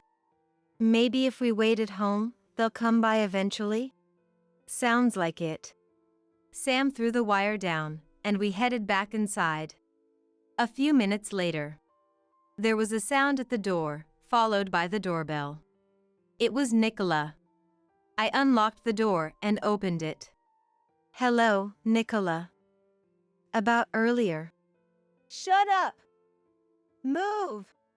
As soon as the door opened, Nicola pushed past me, clicking her tongue as she entered. She was visibly in a bad mood. Stomping through the house like a monster, she plopped down on the sofa. Sam, already in the living room, started to speak, but Nicola beat him to it. I'm so thirsty. What about my tea? You're so slow. You should move before being asked. That's the rule, isn't it? Yes. And you locked the door again, didn't you? This is why people say the son's wife in this neighborhood is so cold. As if there's anything in this house worth stealing. Pretending to be all high and mighty is just annoying. Huh? Nicola continued to complain. I can't stand it anymore. I grabbed a half-empty plastic bottle nearby and slammed it on the table in front of Nicola. She froze, eyes wide. Mary! Here, water for you. And you mentioned there's nothing to steal, but unfortunately, there are greedy and dirty people out there. Like someone who would steal electricity, for example. Nicola's face showed turmoil. I sat down next to Nicola. Despite being right beside her, Nicola wouldn't even look at me. She looked down, her face turning pale. What's wrong, Mary? You're completely different. Oh, Nicola. There's only so much I can take. Did you think I was some kind of saint?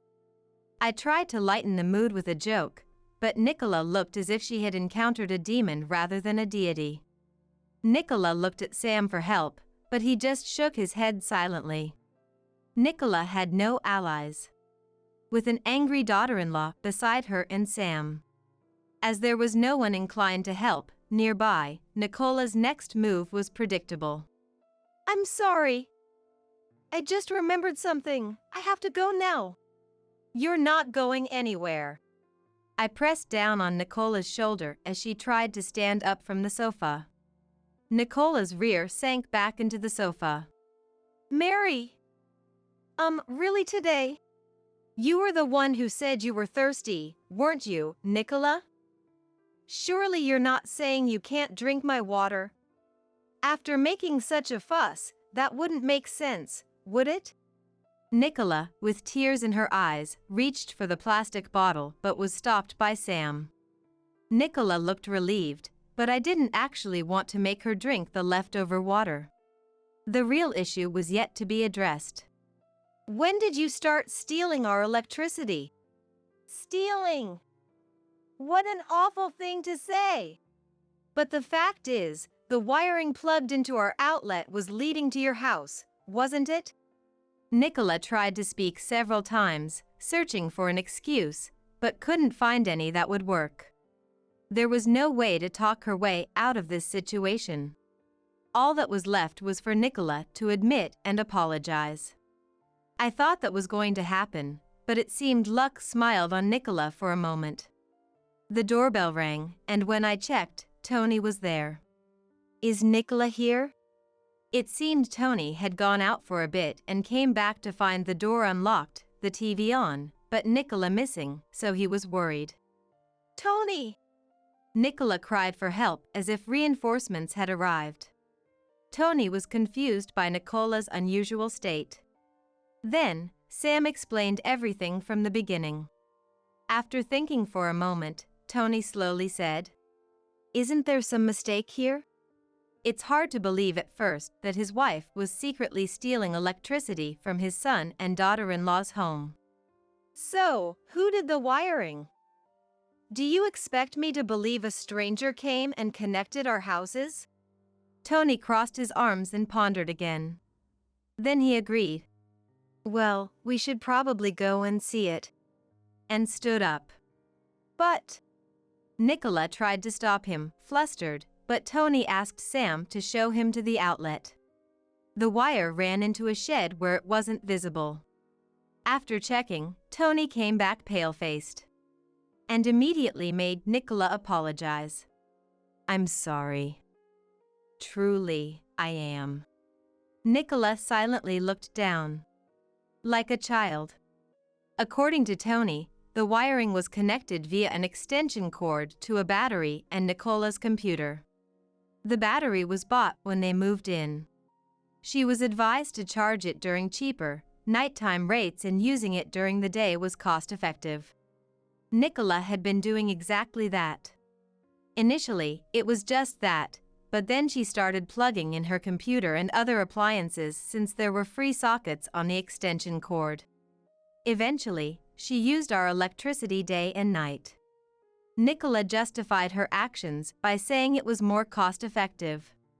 It was infuriating enough that she had been stealing electricity, but even more so that she had looked down on me while lying all along. You've been saying how pitiful Sam is for having a wife who can't save, or criticizing me for buying sweets while being unable to save. Remember? That's the truth, though. Her lack of remorse was almost impressive. Saving by using someone else's electricity isn't saving. It's just a crime. I continued. And don't think we'll just let this go because we're family. If you sincerely apologize, that's one thing. But if you keep this attitude, we'll have to involve the police. Nicola looked surprised, as if she thought getting caught would be the end of it. What kind of daughter-in-law are you? To betray your own family. Don't talk like that. We just want you to make amends because we are family. As I reached for my phone, Nicola panicked and lunged at me. Sam quickly restrained her. There's no evidence. With everything laid out like this, you still need evidence? Let me tell you something conclusive. I pointed towards the roof. Nicola squinted. Then realized. Yes, our house is equipped with security cameras, which happened to cover the area around the outlet. Nicola murmured a small, "Ah." Is this enough for you? And one more thing. There's more? The reason you were in such a hurry today was because of the release of limited edition suites, wasn't it? No way. I smiled. Yes. I had a friend get them for me, so I managed to secure them. If you hadn't been busy stealing electricity, you might have been able to get them on your computer, too. Too bad. Nicola trembled and then sat down on the spot. After discussing with Sam, we decided against reporting Nicola to the police.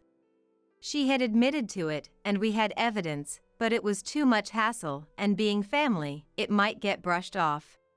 Instead, we decided to get a proper apology and compensation for the electricity from Tony and Nicola. It was awkward living so close, but it had to be done. Tony and Nicola, perhaps feeling awkward too, eventually moved back to their old house. Apparently, word got out about the electricity theft, and Nicola became the subject of rumors. Nicola was devastated and wanted to return to their original home. It turns out Nicola thought she was good at neighborhood relations. But in reality, people were just being polite. After paying us, Tony and Nicola were left with little money. But we would not help them. They needed to save on their own, especially on their beloved suites. As for me, now that Nicola is gone, I'm enjoying my life, deciding which suites to buy next with the electricity bill back to normal. Come on, swim faster or you'll drown. From way above me, I could hear the laughter of my husband who had pushed me into the river.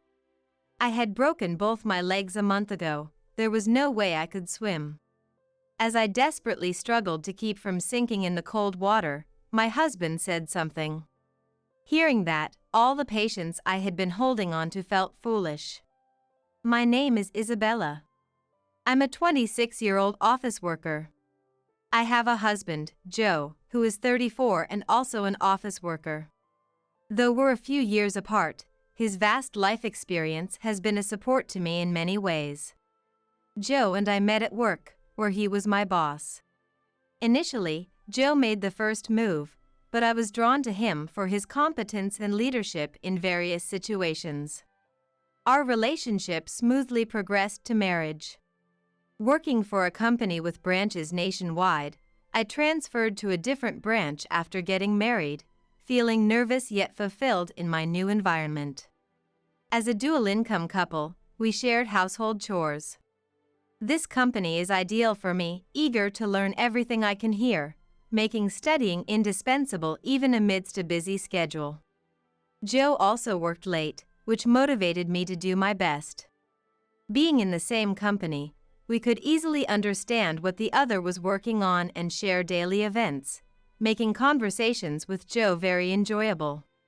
Initially, things were going well, but at some point, when I consulted Joe about work as usual. So you've gotten to handle such tasks now. Well, do your best. He responded somewhat coldly. The Joe I knew before would listen until I was satisfied and think of solutions together. I felt a bit lonely, but wondered if I had been a burden. Joe was busy, and I was no longer a newcomer. Telling myself that I should be able to solve things on my own by now, I consulted my new boss when in real trouble and tried not to discuss work at home. Then, on payday, "How much did you earn this month?" Joe asked for the first time. We had agreed to contribute a fixed amount from our salaries for living expenses and bills without knowing each other's exact incomes. It was unusual for Joe to ask such a question, but seeing no reason to hide it, I showed him my payslip. Then Joe, shocked, said, "All this without overtime? Don't joke with me. When did you start earning so much?" Far from being happy about the increased household income, Joe started treating me with a hostile attitude from that day on. Looking back, I remember hearing that Joe had an unusually high pride and only liked being around people who could boost his self-esteem. "It's because I've been sharing the housework that you can earn like this. I want to get promoted too, but I've been holding back." Joe said that and instructed me to take over all the household chores. "A wife should play a supporting role to her husband and be modest," he said abusively. Shocked, but verbally compliant. Understood. Please focus on your work, I said, while internally taking it as a challenge to manage all the housework and still excel at my job. However, seeing me juggle work and all the household chores, Joe would say things like, "I wish you'd just break down already," or, "Can't you clean more thoroughly? I hate it when the room doesn't look like a showroom." I tried to brush it off, but it was undeniably stressful. Perhaps it was wrong to keep thinking about divorce every day, whether at home or work. One day on my way to work, I missed a step on the station stairs and tumbled down a long way. I don't remember falling, but it must have been a bad fall because I ended up breaking both legs. Fortunately, no one else was involved in the accident during the morning rush, but I had to be hospitalized for a while. When Joe visited the hospital, he seemed annoyed and laughed. "Lately, you've been too proud of your work success. This is your punishment," and said, "Your fractures are nothing serious, so come back home soon," and left. After that, Joe did visit daily but only to angrily say, "The house is dirty, come back soon," without a word of concern for me. I explained the situation to my workplace and started working from the hospital. When Joe tried to take away the laptop, saying, "You're really greedy for money. I told you not to earn more than me," I quickly responded, "I've already informed my boss, and I have work scheduled today. If you don't give it back, I'll have to call and say you took it," which made him return it with a click of his tongue, perhaps fearing it would become widely known since we work at the same company. Despite expressing how much he disliked me, Joe continued to visit my hospital room daily after work to complain. Upon finally returning home after my hospital stay, the room was extremely dirty. "I've left your work for you. You love work and housework, so you must be happy," Joe said, but I was still in a wheelchair, unable to walk. Trying to clean what I could reach, like the desk. "Wait, you still can't stand and work? Taking too long to heal. Isn't it because you're always sitting in that wheelchair?" He criticized. I wanted to divorce him right there and then, but I couldn't move properly until my legs healed. I couldn't tell the hospital, where I had planned to have Joe take care of me post-divorce, that I wanted to be readmitted, so I endured until I fully recovered, thinking it was just a matter of patience. I told myself that overcoming this would make me stronger, and I'd divorce Joe, living each day without consulting anyone. One day, Joe's attitude changed completely. "How about we go see a movie? There's something I want to see," he suggested. Though I felt a bit happy, the change was so drastic that it felt odd, so I replied, "It's unusual for you to suggest that. I still have chores to do, so feel free to go by yourself." But Joe said, "Actually, my boss found out about my behavior and your situation and gave me an earful. I've been a burden till now, so I want us to go together. We haven't been out recently, and I want Isabella to take a break as a token of my gratitude." Then he asked, "What else needs to be done?" and took care of everything. It had been a while since we went out together. Though I was suspicious, Joe tends to change his attitude quickly if someone in a position of authority speaks to him. If his boss had spoken to him, maybe he truly wanted to change. With that thought, I felt slightly happy, and given how tense I'd been every day, I decided to indulge in the break and agreed to go out. He helped me into the car, and we started our drive. The cinema was relatively close, so I didn't think it would be too much of a burden for him to drive, but we kept moving away from the direction of the cinema I knew.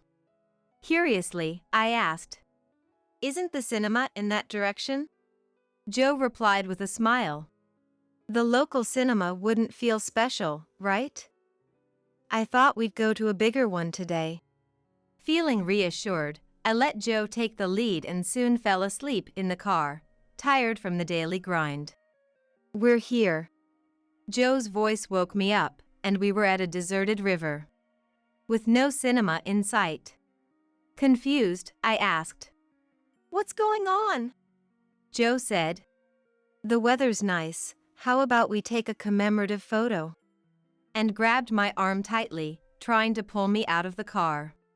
Suddenly frightened, I resisted, but with my legs being weak and the strength of a man being overwhelming, I was forcibly dragged out. Without being put back in my wheelchair, the pain of dragging my legs made me groan. He dragged me near a bridge, gripping my legs as if to lift me, and I felt a fear like never before. "Stop!" I involuntarily screamed, but with no one around to help, I felt nothing but despair at the thought of being thrown off. Then Joe, checking to make sure no one was around and annoyed, said, "Damn it! Don't make a noise!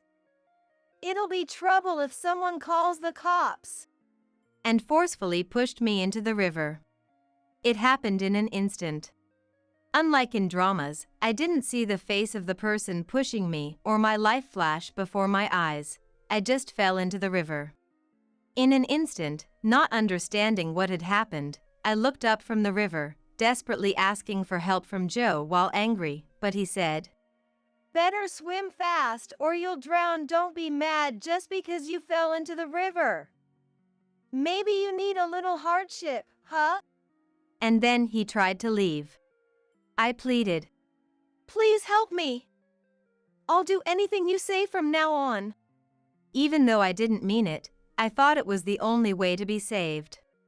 Still, Joe said, "You're healed, right?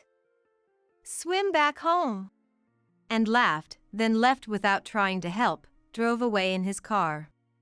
Desperately wanting to live, I managed to grab onto a floating log, struggling with the pain in my legs and my inability to move properly, let alone my poor swimming skills, teetering between life and death. If no one came to help. Just then, "Are you okay? Hold on, I'm coming to help you." a man hurried from the shore. A man with a large empty plastic bottle swam to me, gave it to me for buoyancy, and then pulled me to shore, saving me. After being urgently transported, "Thank you, really, thank you so much," I said to the man, crying from gratitude. "No problem at all. My name is Brian. I was fishing a bit away and saw a woman being forcibly taken out of a car. I was shocked and sorry I couldn't reach you before you got wet," he replied.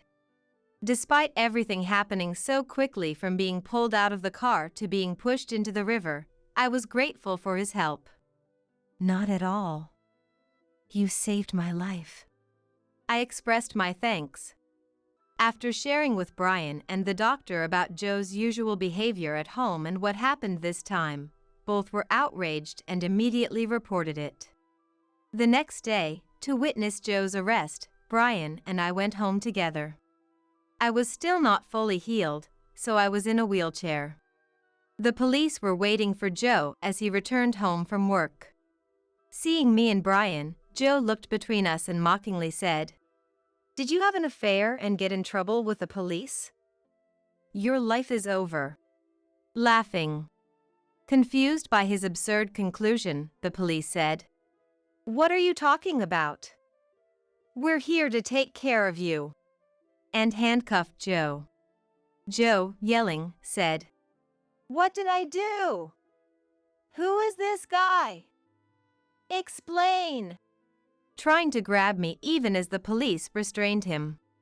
Astonished, I said, Did you forget what you did to me? Dragging me out of the car and pushing me into the river? That's a crime, isn't it? Looking straight into Joe's eyes. But you're alive, so I don't see why I'd be arrested. Joe retorted nonsensically. Being alive doesn't justify anything. Joe didn't apologize for anything he had done. Far from it, he insisted he was not at fault, and to me, he no longer seemed like a husband but something devoid of human compassion. The act of throwing someone into the river, given the real possibility of death resulting from it, is considered attempted murder. The police explained carefully. Joe had heard of fractures but never experienced one himself. Many around him had suffered fractures and seemed to live normally, so Joe perceived it as a minor injury. I thought fractures healed quickly, and given Isabella's resilience, I assumed she'd easily climb out of the river unharmed.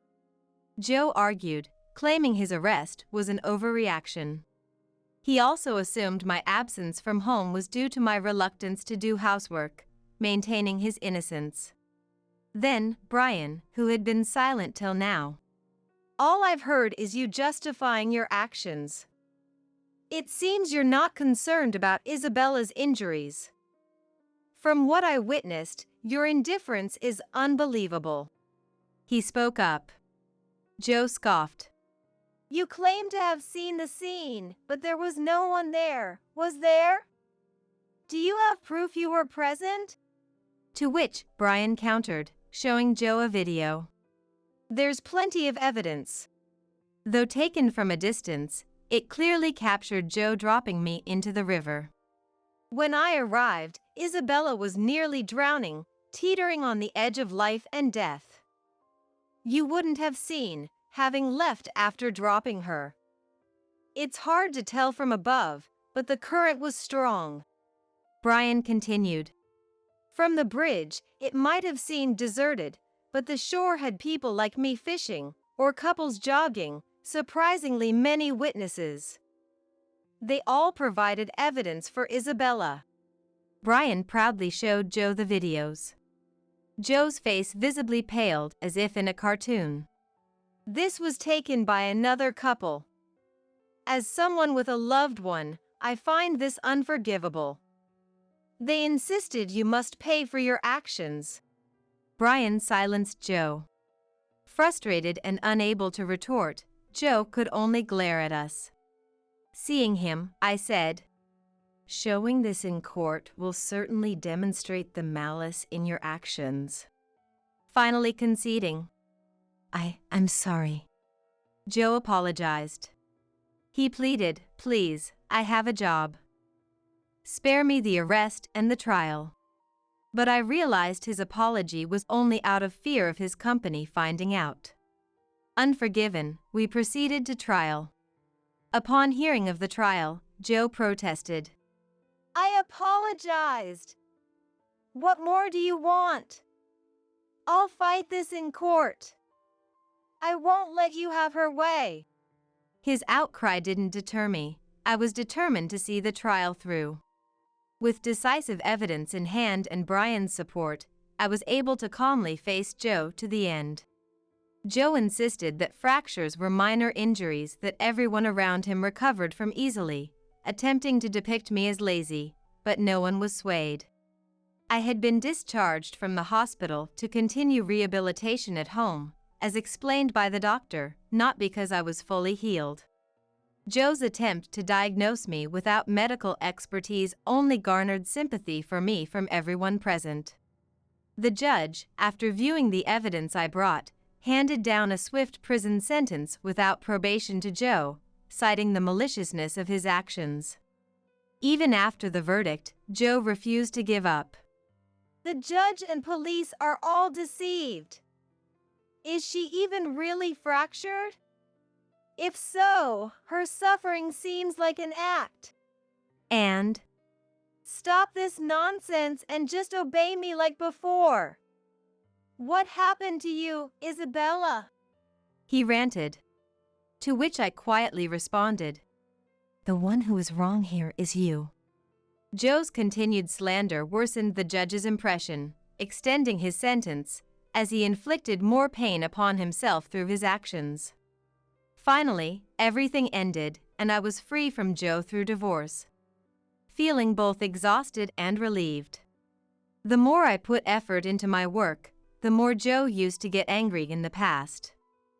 But now, I can focus entirely on what I want. It's as if Joe never existed. I concentrate on what's in front of me and steadily build my career. Fortunately, my workplace had no one who undermined others' character. And the depressive state Joe's attitude had induced in me gradually improved, allowing me to reclaim my former self. I also moved out of the cramped house I had lived in, enjoying a more elegant lifestyle, managing household chores and indulging in my interests as if reclaiming my lost time. Life is good now. Maybe marriage isn't for me for a while, I mused, noticing Brian looking at me sadly. The person I am today exists thanks to Brian, who saved me when I was drowning in the river. He was there for me, exhausted in both body and mind, after the trial ended and the divorce was finalized. He accompanied me during my hospital stay and my first trial, which is why I desperately wanted to express my gratitude by inviting him out for a meal on my treat today. Yet, considering Brian's busy daily schedule, I felt it wouldn't be right to invite him out too frequently, so I decided this would be a one-time gesture. Expecting the conversation to remain formal, I was surprised how well we got along, realizing hours had passed. I looked at the watch and realized, "Sorry for taking up your valuable time. Let's call it a day. I had fun. Thank you," I said, preparing to leave, but Brian asked, "Can I invite you out again sometime?" With a smile. Relieved he had enjoyed himself, we parted ways. Following Brian's invitation, we grew closer through multiple meetings, eventually dating and, surprisingly, marrying. Despite my initial apprehensions about a second marriage, Brian proved to be the ideal partner, supporting my career without jealousy or interference, enhancing my performance. Our relationship, built on mutual respect, allowed us to lead vibrant lives. Brian's hobby of fishing became a shared interest, helping me overcome my trauma of nearly drowning. Thanks to Brian's kindness, I've been able to live freely and happily. You can't even show your grandparents' face, you unfilial person. With that, my sister looked at me triumphantly.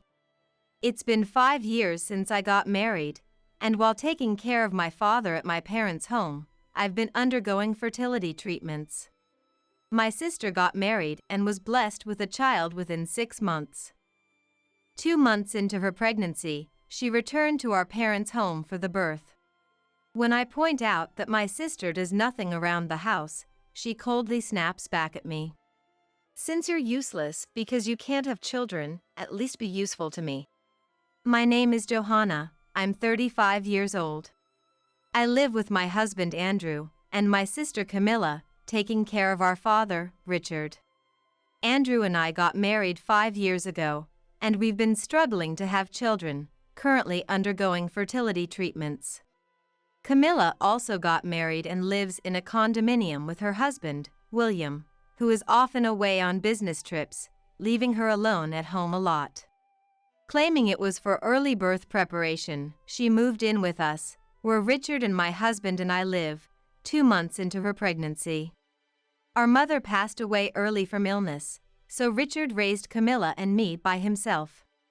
However, Camilla has always been troublesome, causing problems ever since she was a child. In elementary school, she would hit other kids, and Richard was often called to the school to apologize. We hoped she would calm down as she grew older, but that never happened. She kept causing problems until she graduated high school, constantly troubling Richard. Richard had to go around apologizing to people, paying for damages, and was always exhausted from cleaning up after Camilla.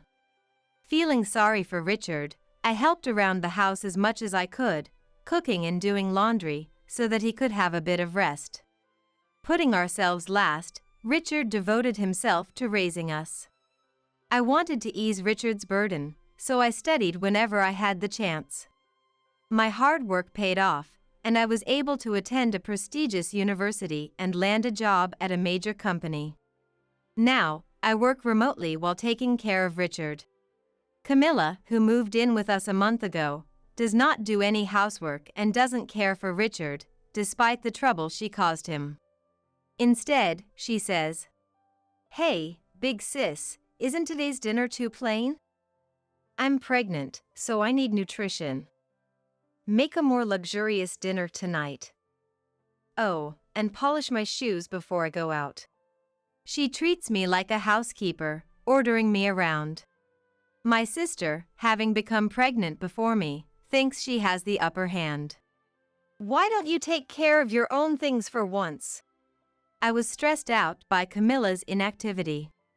Lying on the living room sofa, she glared at me. "You can't even show your grandparents' face, you unfilial person." She sneered. What a thing to say! I would have children if I could. But that's not possible for me. Filled with frustration, I looked down. Seeing my distress, she added insult to injury. Since you're useless because you can't have children, at least be useful to me. Camilla snapped coldly. Tears welled up, and I was left speechless, so I left the room. I went to my bedroom and cried into my pillow. Yet, I kept telling Camilla every day that it's better for her and the baby if she moved a bit, and to take care of herself. One day, perhaps in a bad mood. Enough, you're so annoying. Can't you just leave the house? Just come here for Dad's care and the chores. She blurted out something outrageous. If you dislike me that much, why don't you go back home? To which she replied, Going back home would just increase my workload. What do you think I'm here for? You're the housekeeper, just listen to what I say and keep quiet. Camilla said, mocking me. Realizing it was a waste of time, I started preparing for work. While I worked, Camilla lounged on the sofa, eating snacks and watching TV. I debated telling Andrew about the situation but didn't want to drag him into a sibling quarrel. Camilla puts on a good front in front of Andrew, so it probably looks like we're living harmoniously. While I was hanging laundry, "How long are you planning to stay here?" Camilla suddenly asked. "I have to take care of Dad. I can't just leave," I said while hanging the clothes. It's going to be a problem if you don't leave. The baby is coming soon. You need to free up your room for us. My husband and I were using the bedroom that Richard used to occupy. This room is the largest in the house. That's impossible. I refused, and she just said, okay, and backed off easily. The next day, while I was working, Camilla, usually lazing on the sofa, seemed to be up to something. Busy with work, I didn't pay much attention until I went to my room and was shocked. The long-running manga I had collected since childhood, and the accessories and clothes I bought as a reward for myself upon employment, were all gone. Instead, the floor was covered with baby items. I rushed down the stairs and confronted Camilla relaxing in the living room. Camilla, where did you put the stuff from my room? Eh? It was in the way, so I sold it. If you're not leaving, we need the space. Your room is going to be the baby's room. I cleaned it up for you, so you should be thankful. she said nonchalantly, showing no sign of remorse. It's unacceptable to sell someone's belongings without permission. Bring them back now. I'm usually calm, but I couldn't remain so this time. Each item was filled with memories and treasured by me. Why are you so angry? You always say to move if I can, so I did while I could. There's no money left, just give up, she said, disinterestedly shifting her gaze back to the TV. Among the items Camilla sold was the engagement ring Andrew had given me. I insisted she buy it back, but she claimed she had no money and went back to her room. I told Andrew about everything that had happened so far, including today's incident, and apologized for the engagement ring being sold. Andrew was shocked to hear the story but immediately went to buy back the ring, and thankfully, we were able to retrieve it. Since then, I started paying more attention to Camilla's actions. I noticed that Camilla goes out a lot for someone who is pregnant. She lazes around during the day, but leaves in the evening and often returns late at night or in the morning. I hadn't worried about it before since Camilla has always been more active at night, but I wondered what she could be doing while pregnant. I discussed it with Richard and Andrew, and we decided to investigate her actions. One day, I secretly followed Camilla, who had dressed up and left the house.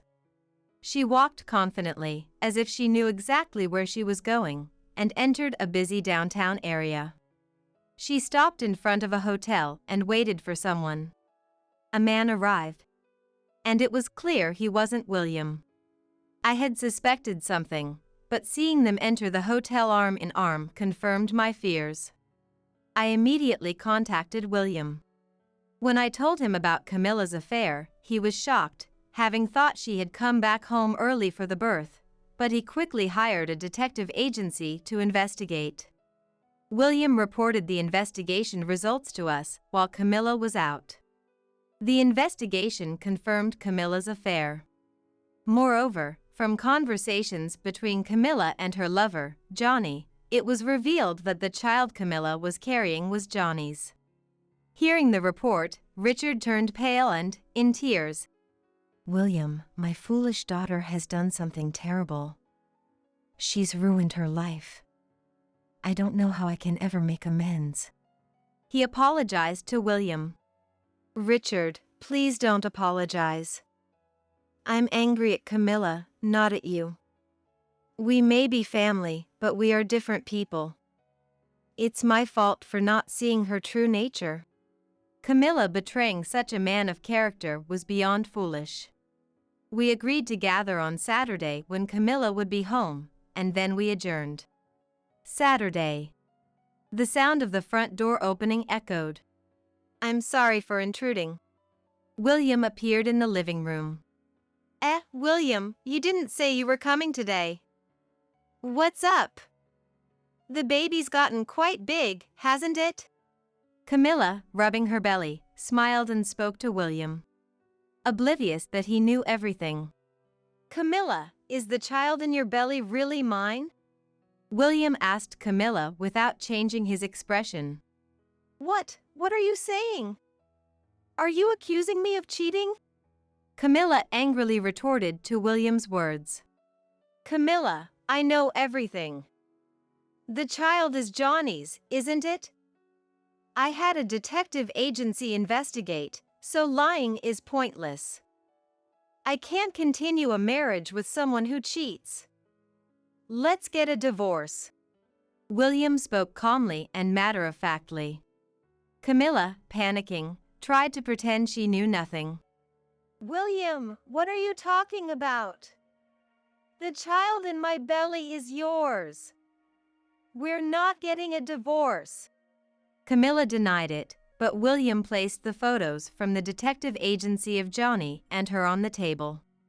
Can you still say you haven't cheated after seeing these? Camilla looked shocked at the photos, but claimed, It's not what it looks like. He was just giving me advice. It's terrible you would doubt me. There's no need for hotel meetings for advice, I retorted, frustrated by Camilla's refusal to admit her affair. So, how do you explain this? William played an audio recording obtained by the detective agency. Camilla, your belly has gotten quite big. Yes, it's because it's your child. It's going to be adorable. He doesn't know it's my child, does he? Don't worry, William is clueless. I married him for his money anyway. I want to raise your child without any financial troubles, so it had to be someone wealthy. William stopped the recording there. Too bad I found out, he said. Camilla's face turned pale. Upon hearing the audio for the first time, Richard, with his face flushed red and shaking with anger. Camilla, do you not have a conscience? All you think about is using people. It's high time you learn some shame, he exclaimed. Perhaps realizing there was no way out, she defiantly retorted. It's my child, no matter who the father is. It will be Dad's first grandchild regardless, so what's the problem? I'm going to have this child and raise it here. Unable to contain my anger at Camilla's defiant outburst. Camilla, how much trouble do you have to cause Dad before you're satisfied? Do you have any idea how much you've made him suffer because of you? I yelled louder than I ever have before. Camilla turned to me. A useless person who can't even have children has no right to speak. Dad would be happier living with me, who can show him a grandchild's face, than with an unfilial person like you. And she laughed triumphantly as if she had one. What did you say? I exploded. Jealous because Dad pays more attention to me, right? Always playing the perfect student, but now you're the inferior one because you can't have children. The baby chose me, not you, so you should leave this house. What do you know, Camilla? How much do you think I've suffered because of you? Both of you, stop. Camilla, I don't care about the grandchild, just leave. Richard intervened. Camilla looked stunned by Richard's demand. Eh? Dad, why do I have to leave? It should be her. Camilla, I'm done cleaning up your messes. I can't deal with this anymore.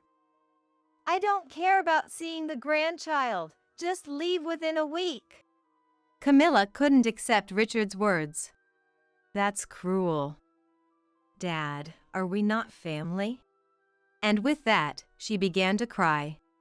You only think about yourself, acting out of self-interest. You've belittled Johanna and now betrayed William. You might want my inheritance, but I've decided to leave most of it to Johanna, who has sincerely taken care of me and kept our home together. Richard declared this in front of everyone. Soon after, William added, Camilla, please sign here. I'll be filing for divorce immediately after this. And don't forget about the alimony. Camilla, cornered by everyone, slammed the table. Is it fun for all of you to gang up on me? What's wrong with loving someone I truly care about? I've always loved Johnny. You should be grateful that a dull man like you got to marry me and was about to have a family. She yelled. Is that all you have to say? Then sign quickly. William remained calm throughout. He no longer seemed to regard Camilla as a fellow human. His look was akin to observing an animal. If you divorce me, you'll never find another wife, William. Don't come regretting it later. Camilla angrily signed the divorce papers and threw them at William. William filed the papers immediately, and they became strangers. The next day, just to be sure, a DNA test was conducted to confirm if the baby really was Johnny's. The test scientifically proved the baby wasn't William's, and when Richard told Camilla to leave, Why should I be the one to leave? Shouldn't the failure over there leave? Camilla lashed out. Having no place to go after being kicked out, Camilla went to Johnny's, only to run into his wife. A confrontation ensued, leading to Johnny's divorce. Camilla, playing the tragic heroine denied true love, happily remarried the man she truly loved and gave birth to a healthy baby. Johnny, who had entered into a marriage of convenience due to his failing family business, lost his financial support and assets. Previously a nominal president at his wife's company, Johnny couldn't find work anywhere and resorted to part-time jobs to scrape by.